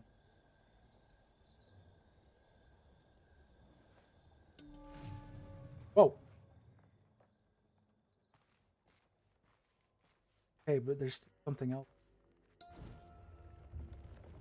The bird spews lies. All is well here.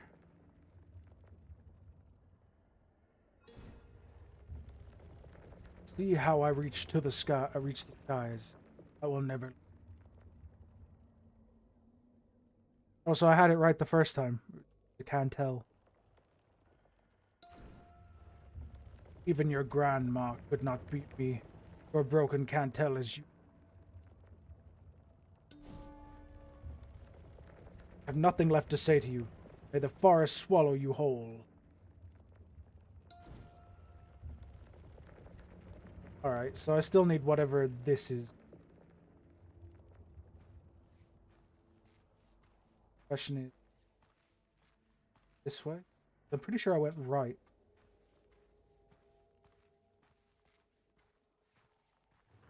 I really like it. Oh yeah, I must be... birdies here.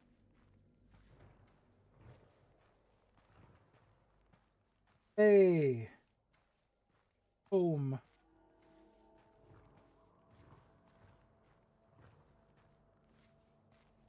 Sacrificial stone? I need to bring something. Cupstone. Kupikivi. A cupstone, or sacrificial stone, is a large stone or a part of a bigger rock that has several cup-shaped carved dents. These man-made formations are thought to be a place of worship. People have placed grains milk, grains of milk, grains or milk in the cups in exchange for luck or fruitful harvests. Sometimes cupstones are found near fields and crops.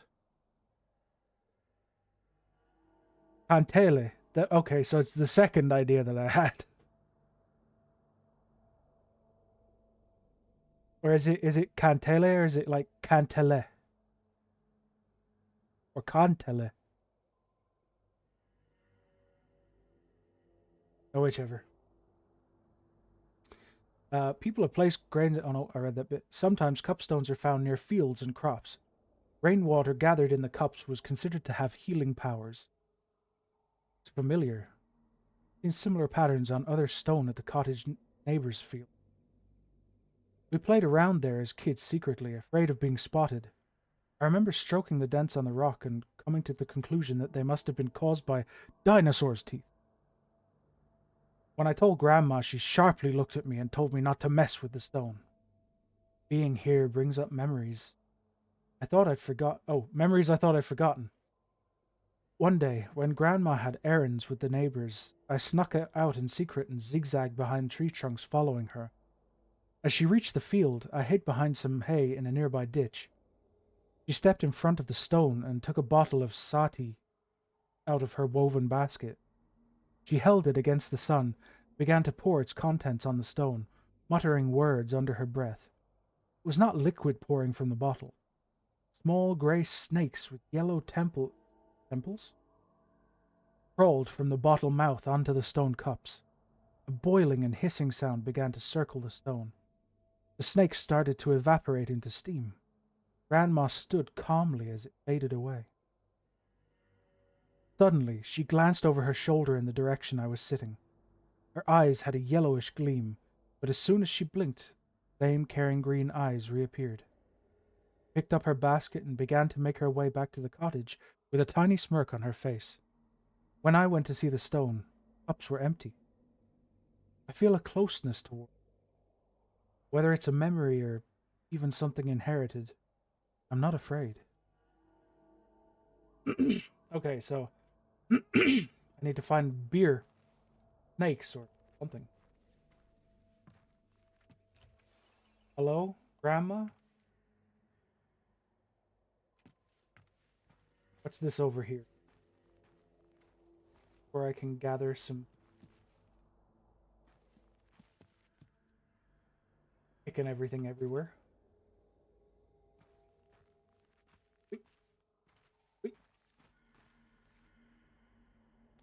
Jar of hops.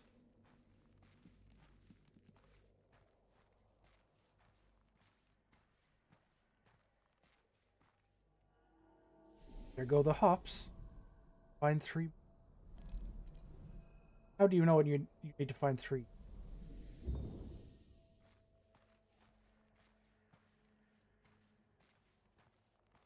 Okay. Dig deeper. So pretty though. And I know it's quite dark, but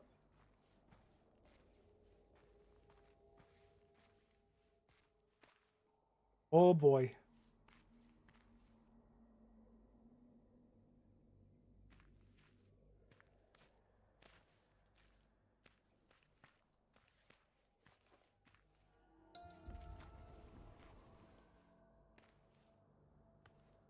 Way to read. Giant's Kettle. Eden Kirnu. Giant's Kettle, or that, in Finnish, the churn of Hisi, is a large pothole in solid rock formed during the Ice Age. Hisi refers to many things in Finnish mythology. It is a sacred place, or a location where people came to interact with the unknown. Isi is also a creature or a group of creatures that resemble trolls. Don't you know where we are? Trust me. Cousin Tono once said we were exploring the forest. Said once when we were exploring the forest. We came across a larger hole in the ground filled with water. Tadpoles were swimming near the rock, and green moss decorated the edges. The mirror surface was shining slowly in the siloed sunlight. I got on my knees and peered down. As I looked up, I saw no trace of Tono. He had pranked me into the forest and vanished. I stared at my reflection in the water, oddly craving to look deeper into the hole. I began to sway. Suddenly, I found myself in the water, sinking deeper into the pool, quickly hitting the dark bottom. I was running out of air when a scaly, fish-like arm grabbed me and pushed me to the surface. I managed to drag myself over the edge again, panting and coughing. Somehow I wandered back to the house. Cousin Tono wasn't allowed in the cottage that night. We never talked about it again. We have the barley. I didn't know barley was blue and glowing.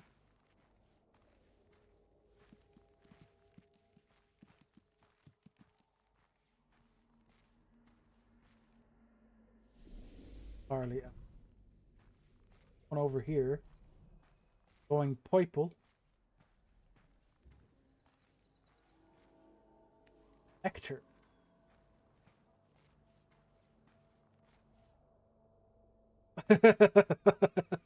Yeah, little known fact. This game is a documentary and Finland is just like that. That could do with a trademark sign after it.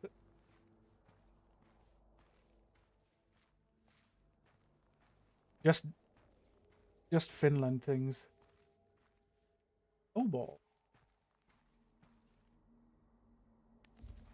Jar of place reminds me of Grandma's old tales. Alinen. Alinen is a place underneath our reality. Time and space do not matter, as ancient forces echo and offer guidance in this space of aeons. Alinen can teach us about the darker sides of ourselves and reveal hidden truths. I'm beginning to understand. They're coming back to me, the stories Grandma told. It's been ages. I thought I forgot. Now the tales seem to have become reality. Tales about a world with strange hues in the night sky, mythical creatures and forests underneath. A place of wonders and terrors. She told us cousins that there is nothing to fear from her bedtime stories. Gloomy swamps are filled with lucky hidden treasures, and old dark cottages are reminders of warm homes and fond memories. Grandma said that Alinen was a frightful place only for those who let it be. You only face the terrors that your mind can conjure. Damn it! How do I conjure myself out of here? Come to think of it, she was clearly preparing us for something.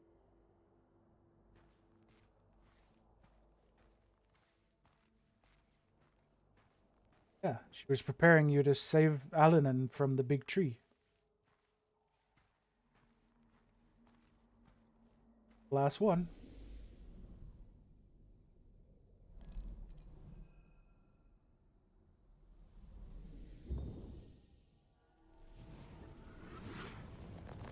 Now the bucket has become whatever this thing is. Prepare for another journal entry. Sati. Drink. Feel more in tune with the Kantele. Mana. Vaki. In Finnish folklore, Vaki indicates life force or stamina. Vaki may also mean magical abilities, folk, or spirits. Sometimes the word is translated to English as mana. Magical objects such as bear teeth or dew gathered during a midsummer's night might possess powerful Vaki. The dark liquid is radiating warmth inside my chest. I feel it running through my fingertips. I know what to do with the kantele. As long as the instrument is whole, I'll know how to play. The tree will be no match for me now. The stars are showing me the way, the correct music of light and play. That's how Grandma would describe her kantele music, coming to her when sitting in the forest. Sounds and tunes would appear on their own when the timing was right. She would take a sip of sati and begin to harmonize with the chiming of the wind among tree branches. Yeah, right? If I could just, like, casually learn how to play piano or guitar just by drinking some sati, man, sign me the fuck up.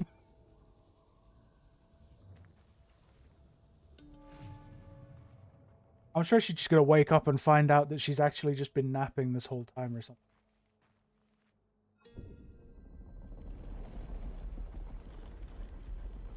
Yeah, that's right, bitch. How you like me now, huh? It's growing even bigger. Aren't we supposed to stop it growing?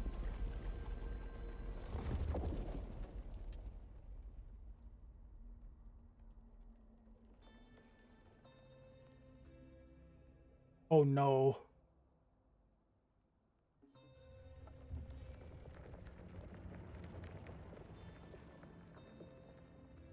Memory games.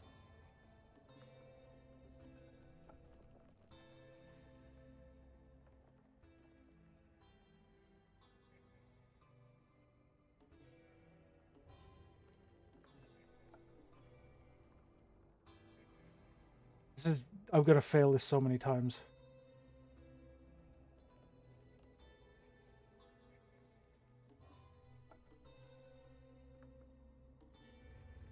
Oh!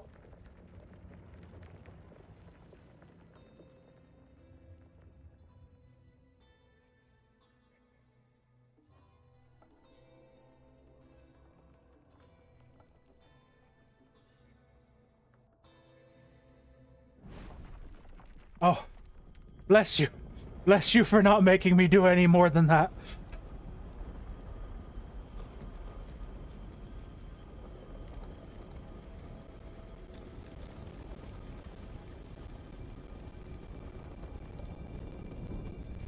Damn, this tree just gonna explode, huh?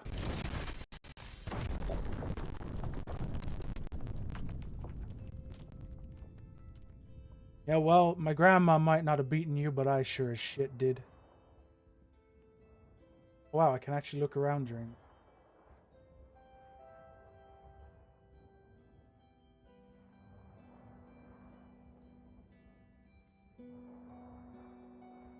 Right.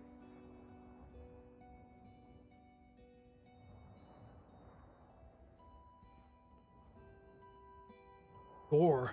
This is tree gore. Tree explosion gore.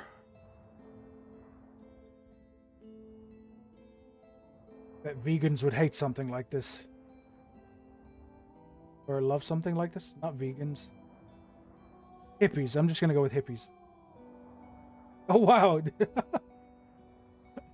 I sent that shit flying. Goddamn. I see my exit.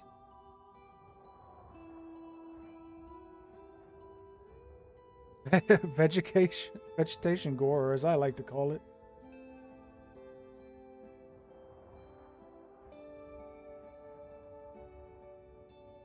Mysterious light source. Touch.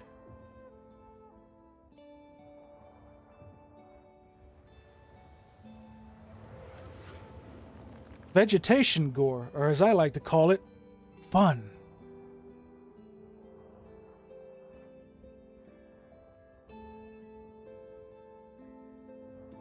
Still coming down, huh? Fired it right off that one. Hello, birdie. Did I done good? Did I done good? Are you proud of me? Don't know why I suddenly became a southerner. Ooh, is it time for a leap of faith? Yeehaw!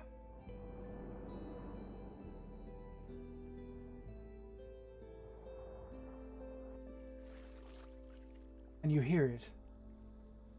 Or can't hear now. Do you see how the darkness is finally fading? Beginning to see the good in my life. Great oak stood against your hopes and horizon is beginning. Your Vaki was restored by wisdoms of the past. Let it guide your choices in the choices. Your story is made of your choices. Changing it is up to you. Truly free to make your own choices. Stories make the past and the present come alive. Look for the final chapter in the journal. It was my grandma all along.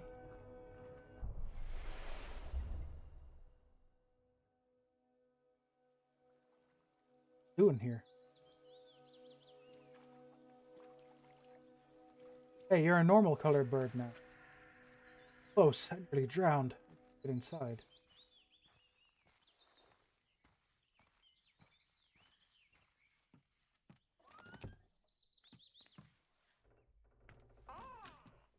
Side note, I think I was naked that entire time. Something has changed here. Open journal.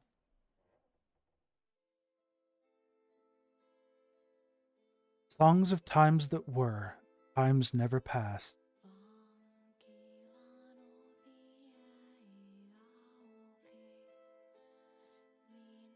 Music forgotten, playing again at last.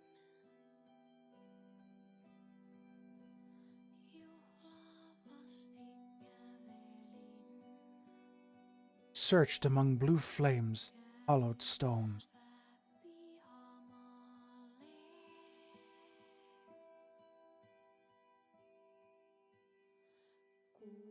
Brought light into darkness, the old poems.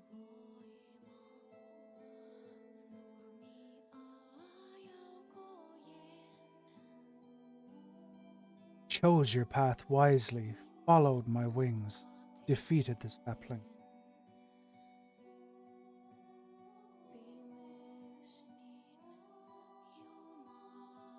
With Vaki back home in your heart, your story shall have a fresh new start.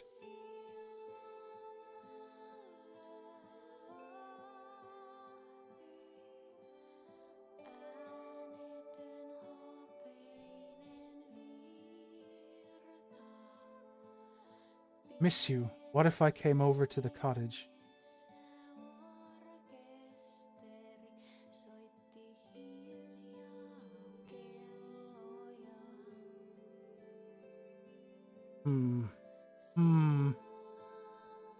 I'm not gonna do that one, because it's shit. The first or the last one? First or the last one? What do you guys think? I'd like that, or I need to go my own way?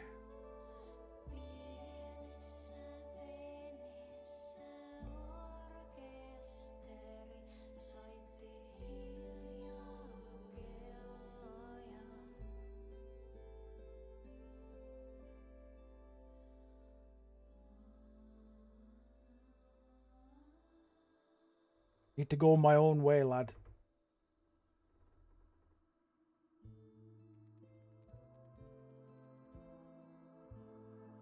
To go my own way.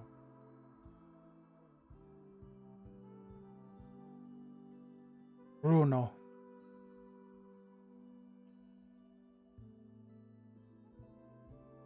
Well, from my point of view, today has been 3 good games. The only complaints that I have about any of the 3 of these games is that the first one blue-balled me.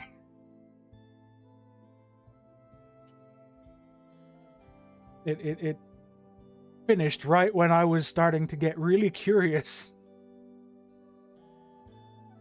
I hope that the dev of that game is actually making a bigger game and that was just like the prologue.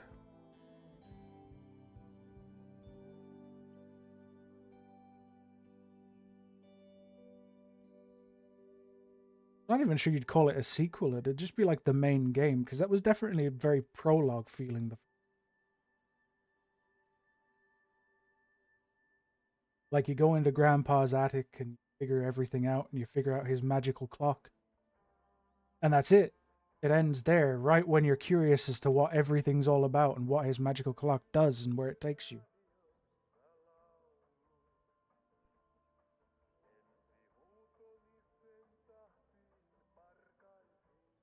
I heard plenty enough.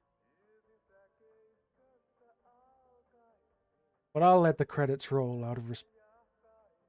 This was an actual team of developers funded by someone or other. It'll probably say in the credits. But I like games like this. I think I did one that was that had some folklore in like my very first stream, didn't I?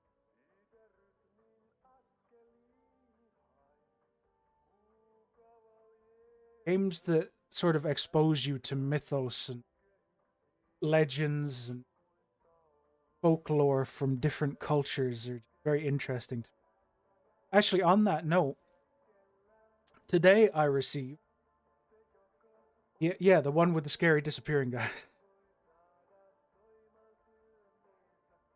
um Today I received my HDMI splitter. So now I can actually properly play anything that I can that's on my PS3, PS4, or even PS5. I am free to play whatever the heck I want. So my Twitch catalog just opened up big time. I'm thinking that one of the first actual PS3 games I'm going to play will actually be a game called Folklore. It's set in Ireland, and I never hear anyone talk about this game, and it's like one of the prettiest games I ever saw on the PS3. Incidentally, it also means that I'll be able to play Lollipop Chainsaw at some point without it being pure misery. I'm sure a certain someone will be pleased about that.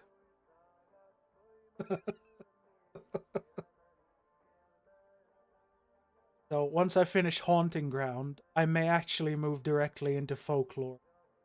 And after Folklore, probably Lollipop Chainsaw, because I never finished Lollipop Chainsaw, but I played at least half of it and I loved the hell out of it. I just had a terrible tendency, have a terrible tendency to half finish games and then forget about them, even if I'm really enjoying them.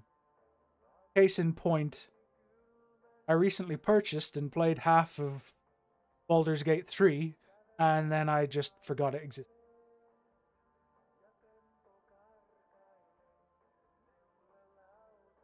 No, I really don't want to simulate the delay. Not in Lollipop Chainsaw. The most important part is that like, because the way I only have a crappy 1080p 30 frames per second capture card, and I was having to play at 720p to reduce the delay as much as possible, because when I play in 1080p, even though it's only 30 frames per second, the delay is way worse. It would actually be unplayable. So that was why I just kind of said fuck it, and I'll actually get the splitter so I can play in real time on my screen, and then you guys can get the slight delay with the capture card. Because at 1080p, like 1080p is where you want things to be, you know. Most things look pretty ugly when they're down at 720p by our modern standards. So I didn't want to have to force everything in 720p anyway, splitter or no. Although some games on the PS3 were 720p only. We'll have a few examples of that at some point. What I might see if I can do is, I might see if there's some way to run SMAA filter up. If I have to upscale anything 720p to the larger screen. Because I know you can use a bunch of different filters. And I know you can like download filters to add. I already have a couple of custom things, so I can make my on-screen text for the game dev and the now playing look similar to what I've got baked into the background. If I go to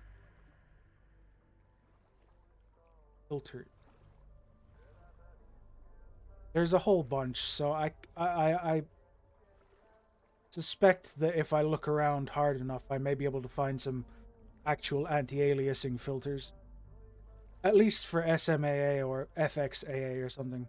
Something that'd make 720p look a little more palatable.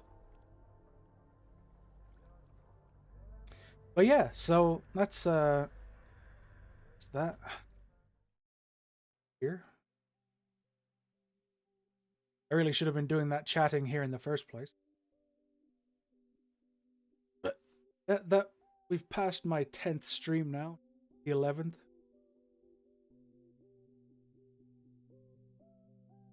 A little bit surprised that I even bothered to keep going for 10 streams in the end, but I've settled into it all right now. I've started doing the Twitch streams as well. So streaming suits me a bit better than I thought it would. So I'm happy to say I've got different things in the works to improve the experience on your end. As I said, the HDMI splitter. What I also got was 48 foam panels for my walls. What I forgot to get was the industrial strength adhesive so I could actually put them on the wall. So that's coming in a few more days. But I currently have 48 acoustic panels decompressing in the back of my room. Because I don't know how many of you guys will have seen acoustic panels before, but when you get them, they're vacuum packed to be absolutely tiny. And then you take them out of the vacuum pack and they just slowly expand over time and become about 6-7 times the size that they were initially. Yeah. They've been sat there for probably about 8 hours now, and they're pretty much mostly expanded. As I said, I actually forgot to get any adhesive for them. You know, my room is wallpapered, and it's old, it's filthy wallpaper, and initially my plan for this year was to get rid of the wallpaper and paint the room. But now I've got acoustic panels that I want to put on it. I'm thinking the wallpaper's perfect because it means I can straight up just glue them to the wall. Because if I'd actually painted the wall, I would not be able to glue things to it. I'd have to do something far more convoluted and less damaging.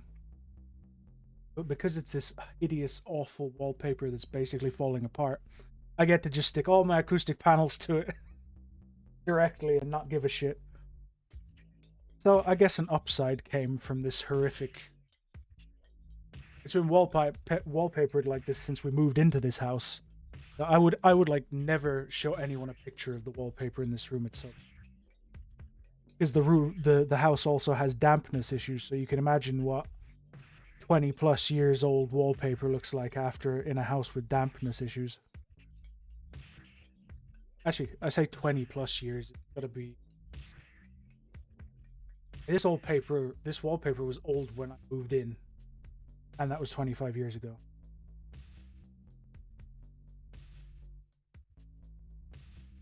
Just haven't really had the actual money or the option to afford painting it, stripping it, and painting it properly in that time. So, but it's ended up being a net positive for my current interest. So hey, silver linings and all that. Maybe one day I can just cover the entire wall in foam, and then my room will be presentable. When I take pictures, people can just be like, "What, do you live in a fucking... What do they call them? The chambers that are basically just made up of acoustic panels that you can't hear any kind of echo." I feel like there's a word for them, but I'm blanking on it. It'll basically just be, do you live in a sensory deprivation tank or what the fuck? Yes, I ritualistically splash... yeah. They're like super silent and it's eerie, but I mean, that's effectively what a soundproof room is. But I'm interested in doing that because my room actually, even though there is a lot of stuff in my room and a lot of shit on my walls, it has quite a noticeable echo. I don't know if you guys can hear it, because I don't know how well my my microphone, my noise gate on my microphone helps, or my noise filter. But there's this fairly substantial echo in my room. Trust me, it's there. If I ever want to do any kind of actual voice recording, I want to be able to minimize that, because I noticed it terribly when I did some actual voice recording recently, because I'm doing some new voice lines for my final update of my Ether Suite mod for Skyrim. So I was recording these voice lines, and it's actually, I've got a completely new microphone, and the voice line quality is worse than the older ones because my room echoes now more than it did when I recorded the originals. And I just thought, shit, man, I need to do something about that. Probably because the room is a lot more optimized. There's a lot less trash laying around in there. Either way, I needed to find a way to insulate this room and kind of reduce the echo. Yeah, it literally is that. Like, I used to be, I don't know how, if I should really say this on stream, but fuck it. I used to have, well, I still have to some extent suffer from depression. And so, back before I got medicated for it, I was the kind of depressive that literally could not clean up after themselves. So my room had trash on the floor, and it was really good soundproofing. Which is the worst possible kind of soundproofing a human being could ever have. But legitimately, if I would try to record sounds back then, there was so much more soundproofing in the room just from the sheer volume of stuff insulating in pretty much any part of the room. Now it's relatively clean and relatively tidy. The echo is like 3-4 times what it used to be. So it's actually necessary for me as a indie voice user to put some acoustic paneling up and make it so it's actually insulated somewhat, soundproofed somewhat. So yeah, at some point next week, because that's when the industrial strength adhesive is supposed to be arriving, I'll be tiring myself out horrifically putting up 48 acoustic panels across my walls. Mostly, as a suggestion from Mysterious Chumbud X, I will be covering the entire back wall, the wall that I'm facing, and then I'll see how many panels I've got left over after. Because he informed me that it's most likely most of the echo is coming from the wall that you face. I'll take that advice to heart and make sure that that's the one that I'll take that to heart and make sure that's the one that I do the most. But in fairness, as I said, there's 48 of them, so there's going to be enough to put a few carefully placed ones in the rest of the room as well. It'd be nice for my mother as well, because we live in this shitty house with the paper walls upstairs. They're basically just thick cardboard, plasterboard on a wooden frame. So if I soundproof that wall in particular, that's the one that her room is on the other side of. So I'm sure she'll appreciate not being able to hear me half as much anymore when I'm streaming and she's already in bed, you know?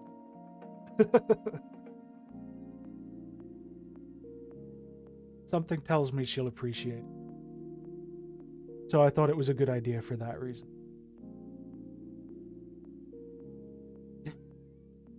I will never play FNAF for the main reason that, I mean, anyone who's been watching the last 10 episodes knows that I only very occasionally get jump scared at all. And if a game is all jump scares, not gonna happen. I would be such a boring FNAF player. Such a boring FNAF player that I just wouldn't do it. At least when I'm playing like more psychological horrors, I can comment on things and be like, oh wow, this is really good game design, or but the lore! Yes, the lore! Have you heard of the Bite of 87? Yes, I have heard of the Bite of 87. I've heard more about the lore of FNAF than I have actually seen the games.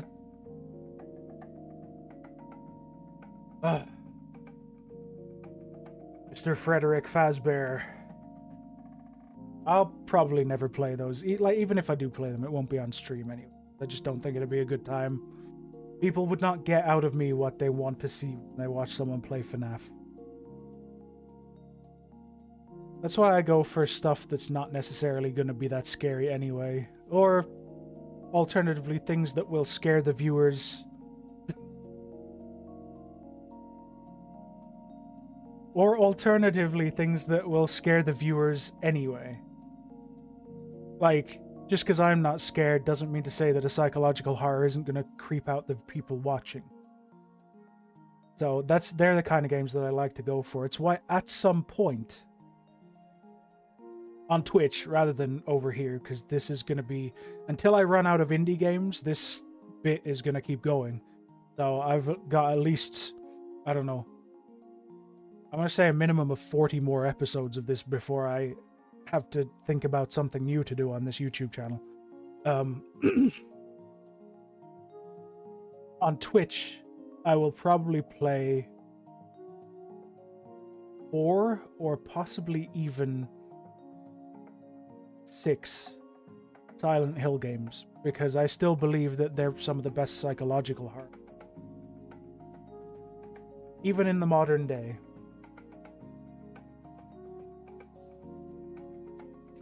I have a original copy of the original Silent Hill, Black Label. It's one of my proudest possessions. Apparently goes for a massive amount of money on eBay, but I will not sell it. I have the PC version, the original PC versions of Silent Hill 2, 3, and 4.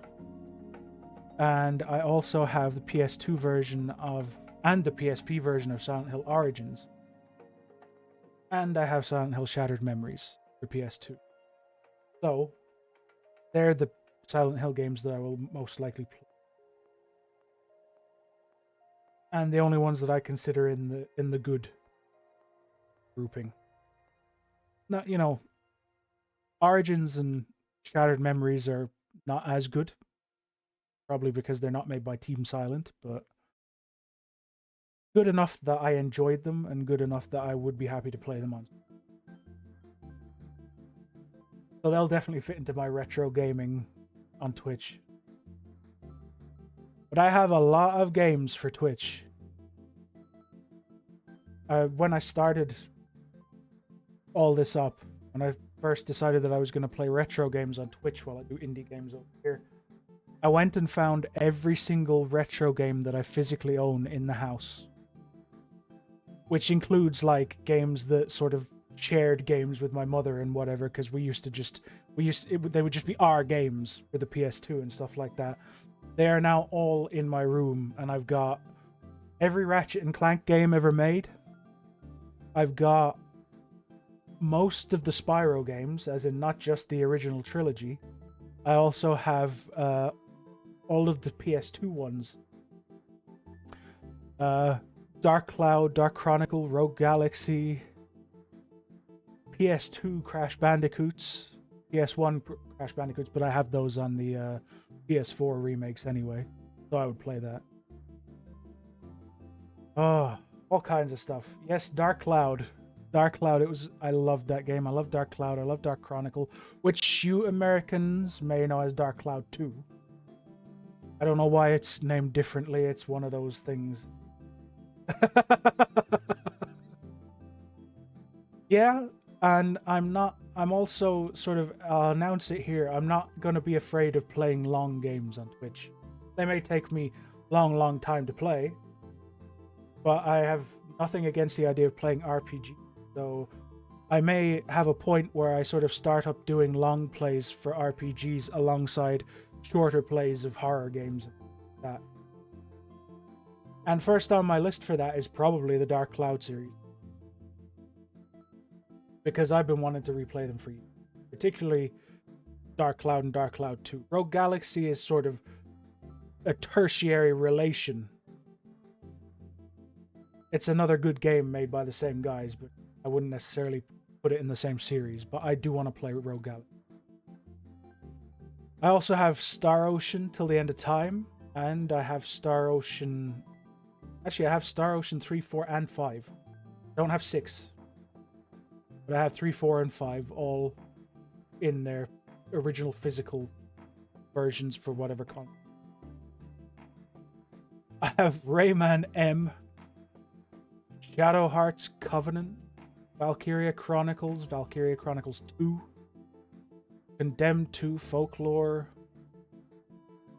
Castlevania for the PS2, the 3D one.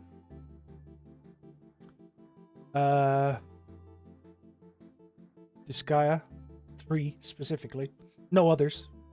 And I've never even played it.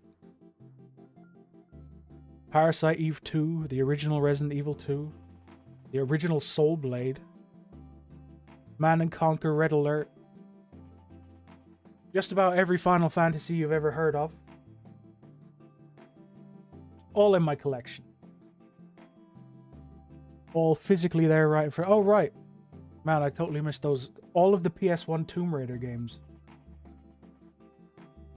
And some of the PS2 ones now.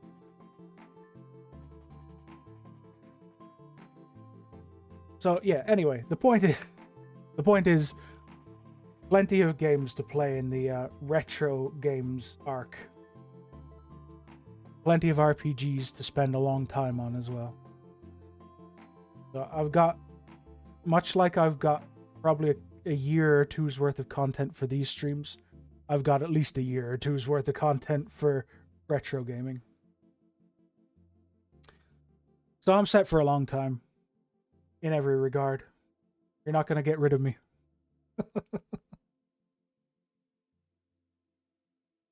Okay. Well, now I've just listed off every single game I ever owned. I think it's about time that I head out and get myself a drink. My throat is rather dry after all of that reading from the last game. So I hope you guys enjoyed today's games. Anyone who comes and watches the VOD, thank you for coming and watching the VOD. Or if you just flicked through, I'm still glad that you came. I will be back with the Indie Bunker on Saturday night. And tomorrow night I will be playing and hopefully finishing Haunting Ground over on Twitch. So anyone who wants to come and see that, you are absolutely welcome to stop by. And if not, totally understand. Don't have any other things worth announcing at the moment. I did my big events. The two big events are both happened back to back in 2 days, so I have nothing much to speak about. Nothing much to say look forward to except for regular streaming. So have a good evening, have a good night, have a good morning, have a good day, have a good whatever time of the day it is for you. And I will see you all next time. Bye-bye now.